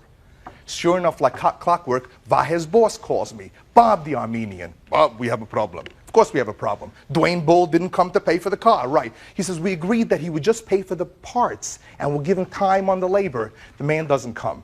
So I start calling him. Vahe's calling him. Bob is calling him. The man doesn't return calls. Finally, he threatens me on the telephone. I called West Hollywood Police. He says to me, "If you call me and harass me anymore, I'll have people beat you up." I call West Hollywood Police, but they're busy with seatbelts. They can't handle this. How long are you in California, sir? Not long. How long were you in California at the time of this accident? Unfortunately, only about 60 or 90 days, and although it's not relevant to the case, 45 days before this incident, I move into a house on April 4th, and the following day I wake up in the morning and the house is on fire. I'm carrying my baby out in the fire at 2 o'clock in the morning. And if I make, oh yes, we heard it enough. Well, here's an official document from the fire department establishing that happened. I know it's not relevant. I'm sorry. It has nothing to do with the case. Okay, so did you get your car? I actually paid for it yesterday for a full month. I mean, this man wreaked havoc on my life. How much was the... $1,800. It was 19 at first. Excuse me. You want to pay 19?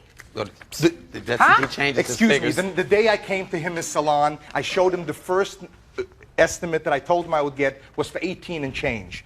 Varaz, his own people, estimated at 1,800. And that's what I paid for it. $1,800. $1,800. So this is his own. This is his own people. This is Vahez estimate. Okay, Mr. Bull, you've been anxious to tell me your side of the story. Now I'm prepared to hear you, sir. Judge Judy continues in a moment. Repair Mr. Farkas' car. He agreed to pay for the repair. He never came by to pay for it. Paper. Real cases, real people. Judge Judy. Dwayne Bull, a Hollywood hair and makeup specialist, says his collision with actor Peter Farkas on Sunset Boulevard was Farkas's fault, and he shouldn't have to pay for the damage. Now I'm prepared to hear you, sir. Okay, Your Honor, the way I see it is, yes, he is correct. I was traveling west on Sunset Boulevard. Stop playing with the papers. Talk to me. Okay, I was just looking for a little document I wanted to show you as an exhibit. Okay, here it is. I was traveling west. Could you pass this to her, please? I was traveling west on Sunset Boulevard. Now, he was in the far right-hand turning lane, and it was 5 o'clock traffic. I truly believe that he was in that lane because on Sunset Boulevard, people get in that lane to speed to go fast. Your Honor, the way I was hit on the way my car personally was hit, if you look at the estimate, it was hit on my right side front door. Okay, so what I did was I put a signal to turn right. I think he was in this lane to go forward because he was not in our sight, nor did he have a signal. So you weren't he hits my car. You weren't in the far right lane, correct? No, I wasn't. I signaled to go. You were not in the far right lane. You were in the center lane. Yes. No, the lane next to the far right lane. But he was in the far right lane. Yes, right. Exactly. So you went to make a right turn. No, I signaled. You went to make a right turn. Yes. And you were not in the far right lane. No. Right. You got out of the car. You went over to this gentleman. You signed a piece of paper indicating that you were prepared to pay for the damage.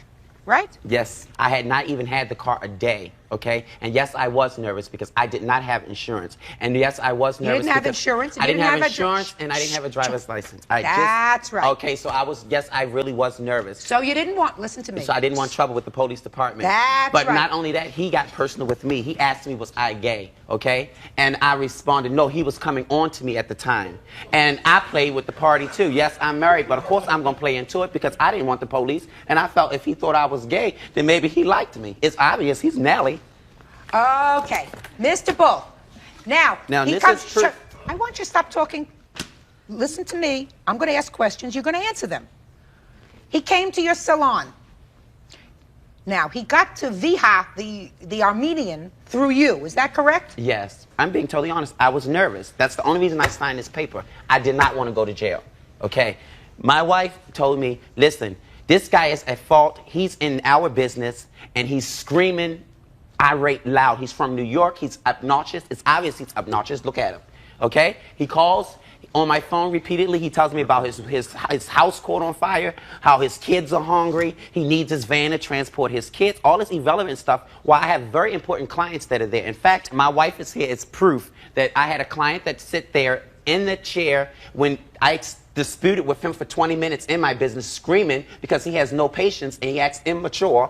He screamed, screamed, screamed, and I lost the client. She requested her $150 deposit back for, you know, the services that were being rendered, her hair extension. I am a popular hairstylist, and only thing I ever stated to this man is that when you want to speak to me, you do not call me at home and you make an appointment like everybody else. Is that what is? Just a minute. Have we now completed your side of the story? No, I have one more thing to say. I'm ready to hear you, sir. Your Honor, again, yes, I admit that my driver's license had expired. But again, from the way my car was hit, he said I hit him. It's obvious he hit me. From the way that's really not urgently important, sir. I'm going to tell you why. Mr. Farkas had the right at that time, because there was an accident, to pick up the phone and call the police to have them come to the accident. But why didn't he?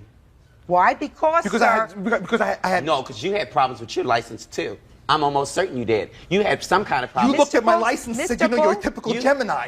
You probably... Mr. Bull, you, sir, had no insurance and did not want the police to come because you were also driving with a suspended license. He gave up the right to call the police, to have the police come and make a determination based upon, don't interrupt me, based upon what they saw, whose fault this accident was. You said to him at the time, He never mentioned police. I will take care of the damage, and you signed a piece of paper indicating you would take care of the damage. I signed that paper again because I was nervous. Well, I don't care whether you were Anybody nervous or signs not. paper, I mean, I'm under not, pressure. listen. I mean, I I want was you to nervous. get, I want you to get not nervous, My Mr. personal Bull. lifestyle had nothing to do with this case whatsoever. And for him to mention those things about my personal, I think that it was very irrelevant. And it's obvious that, again, from the way the position my car was hit, that it was his fault. But of course, he's not going to admit it. Your Honor, I was doing... And you did real good. I was doing the man a favor. Doing me a favor. He's telling me Mr. about his Parker. wife Doing me a problem. favor. He's telling me about the two-timing boyfriend. I mean, the man's got, you know, his sexual confidence. He's a menace on the road. Mr. Farkas. Mr. Farkas. I'm sorry. What the hell's so funny? Judge Judy continues in a moment. And later today, He has no idea what my feelings are if I like to ride bicycles. He doesn't know that about I me. dated him for 6 months. We've been friends for 9 months since then. Judge Judy is ready to rule. Mr. Farkas, you paid the $1,800 to have your I car did. fixed? Judgment in this case is for the plaintiff for the amount of $1,800. The defendant's counterclaim for harassment and all sorts of other things is dismissed. Thank you, Judge. Goodbye. Judges are excused. You may step out. But you were very smart about getting those papers because that's the only reason why you won this case. But other than that, she would have looked at it for my way. And another, I just think it's because you're blonde and blue-eyed. I am absolutely convinced that Mr. Bull had his name shortened. And now the next case. All parties on Ryder versus Pullman. Step forward. 30-year-old marketing director Kirk Ryder says he loaned his bicycle to his ex-boyfriend Klaus Pullman, and it was stolen. So now Klaus should pay. All right. Mr. Ryder, you say that you lent a bicycle to the defendant, and he had it in his possession for a long time, and then through his negligence, the bicycle was stolen. You want your money for the bicycle. Well, I wanted a new bicycle, basically. Did you lend him a new bicycle? Pardon me? No, I What wanted didn't you understand, sir? I wanted my bicycle back. Well, he couldn't give you your bicycle back. Right. So we entered So my into... question to you is, did you lend him a new bicycle? No, I did not. How old was the bicycle that you lent to him? The bicycle was 3 years old. And had you purchased it? No. How did you get it? It was, I inherited it from my best friend who died. And what kind of bicycle was this? It was a Univega Via Modego, 15-speed, hybrid bicycle. What happened to a Schwinn? I don't know. Schwinns are more expensive now. Are they? Yeah. I'm glad to see if they're still in business. At least it doesn't date me. They are. All right. So you had the bicycle for how long before you lent it to him? I had the bicycles since July 1996 when my friend died. And Klaus borrowed it in or around November, I guess. I'm not even sure. Well, then I gather you weren't using it much. Well, I was traveling. I travel for a living, so So I don't know which trip he borrowed it before. He borrowed it because his car broke down in the desert, and he was using his bicycle to get around. Then the bicycle he was using that he owned broke, and I offered to lend him mine. So far, does that sound right? Yes, except for when he loaned it to me. When did he loan it to you? In June, in the summer Of '96. of '96. What happened to his bike? It was stolen. Mr. Pullman, you understand that the bike is in your possession, then you have a responsibility to either replace it or to give him some compensation for it. He neglected the bicycle. He didn't want the bicycle. It didn't work. It sat in his dining room for 2 years while he was traveling. Objection, It didn't work. Your Honor. What? Sorry, well, he has no, that's That's speculation. He has no idea whether I wanted the bicycle or not. I, out of the goodness of my heart, lent him a bicycle that had some emotional value to me as well as physical value of getting around. So it doesn't seem to me, I mean, have you been friends for long? It's just too bad that this bicycle is presenting a problem to you. Why don't you just replace the bicycle?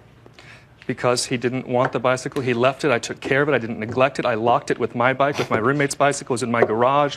All three were stolen. He didn't want it. He liked it in my garage and not in his dining room. That's why I had it for so long. He didn't want to come get it. He wouldn't let me return it. He travels a lot, so it was his schedule that was in question. I work at home. I'm always there. He neglected the bike. He gave it to me. He didn't give it to me. He loaned it to me. Asked right. me to keep it for him. He loaned you the bike. I took care of it. Good. I housed it. Good. It was stolen. It's out of my control. Right. He neglected the bike a year ago. He loaned it to me a year ago this month. Your Honor. Yes, well, He moved 2 blocks away from my house when he Doesn't make moved any to West difference, Hollywood. Mr. Pullman. He could have returned it. Mr. And Pullman. also, wait, one more thing.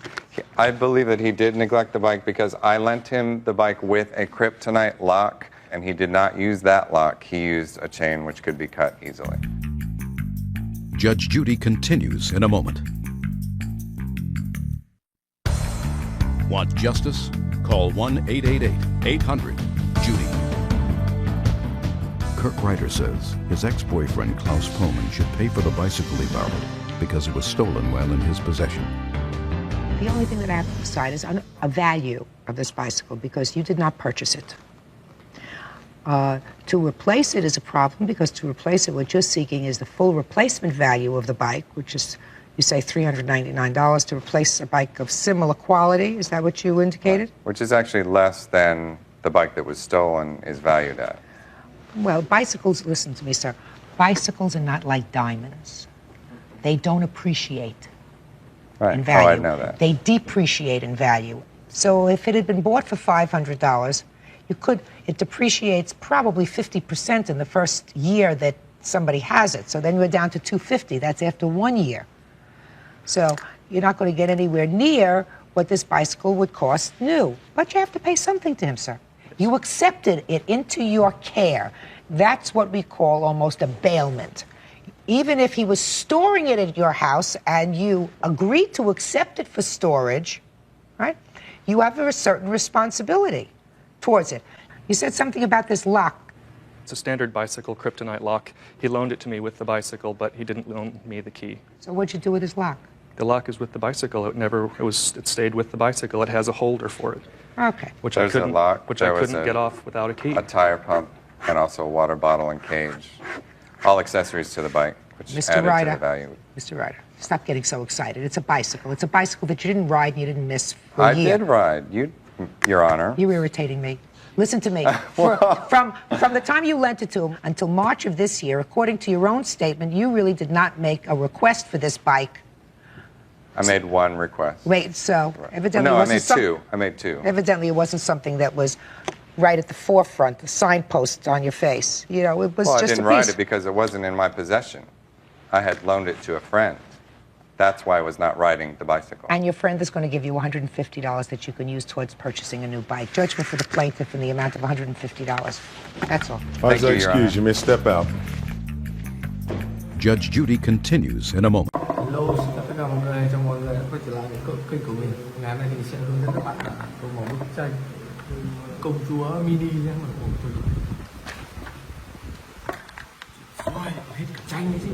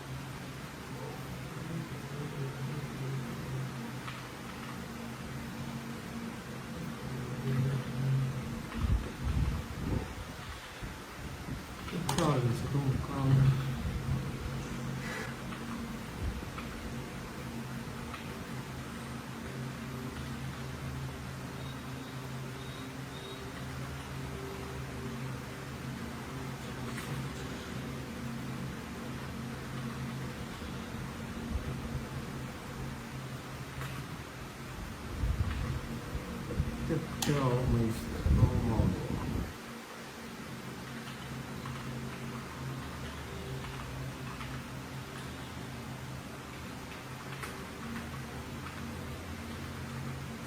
Đây. Đúng không? Ở đây. Ở đây.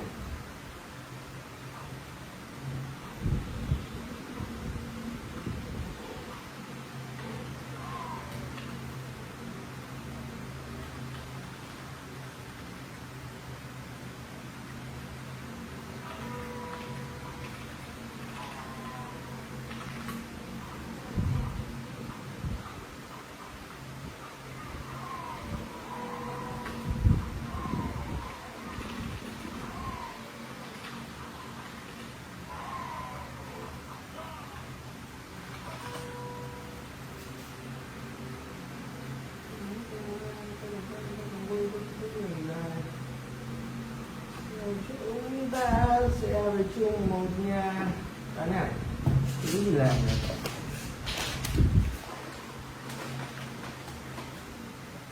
Trời, không có gì làm mà in tao mấy cái bức tranh ra. Nó lại ửa ấy. Cái gì? Nó buổi sáng rồi.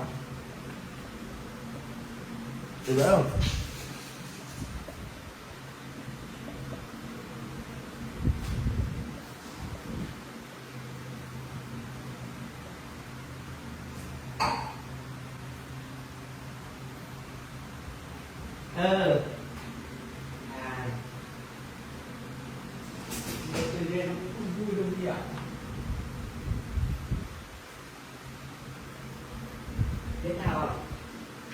Chào. Cái gì? Có thu tiếng nhỉ? Không thu tiếng chứ đúng không? Thu tiếng của mày nói chứ mày phải giới thiệu như giống kiểu mày chơi ấy. Mày nói kiểu như kiểu mày đang vẽ mày thế này.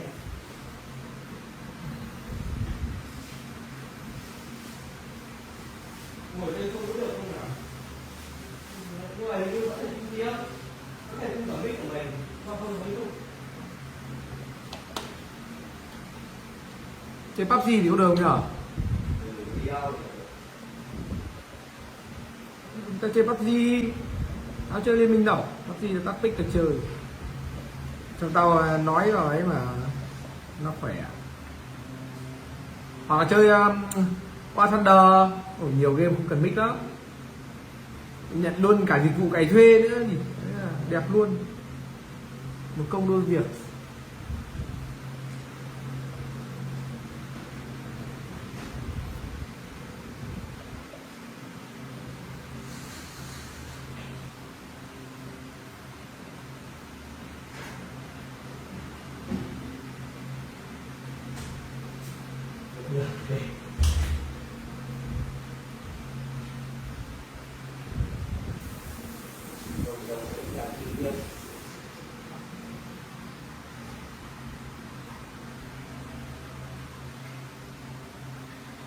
Giá cây tăng lên rồi. 30 cây kia nữa mùng ngoan là vẫn có tiền tiêu Tết.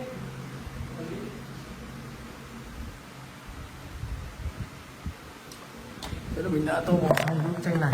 Nếu các bạn thấy hay thì nhớ like, share, subscribe và chia sẻ tiếp theo của mình nhé. Thì ngày hôm nay kết thúc video rồi. Như bọn tao thì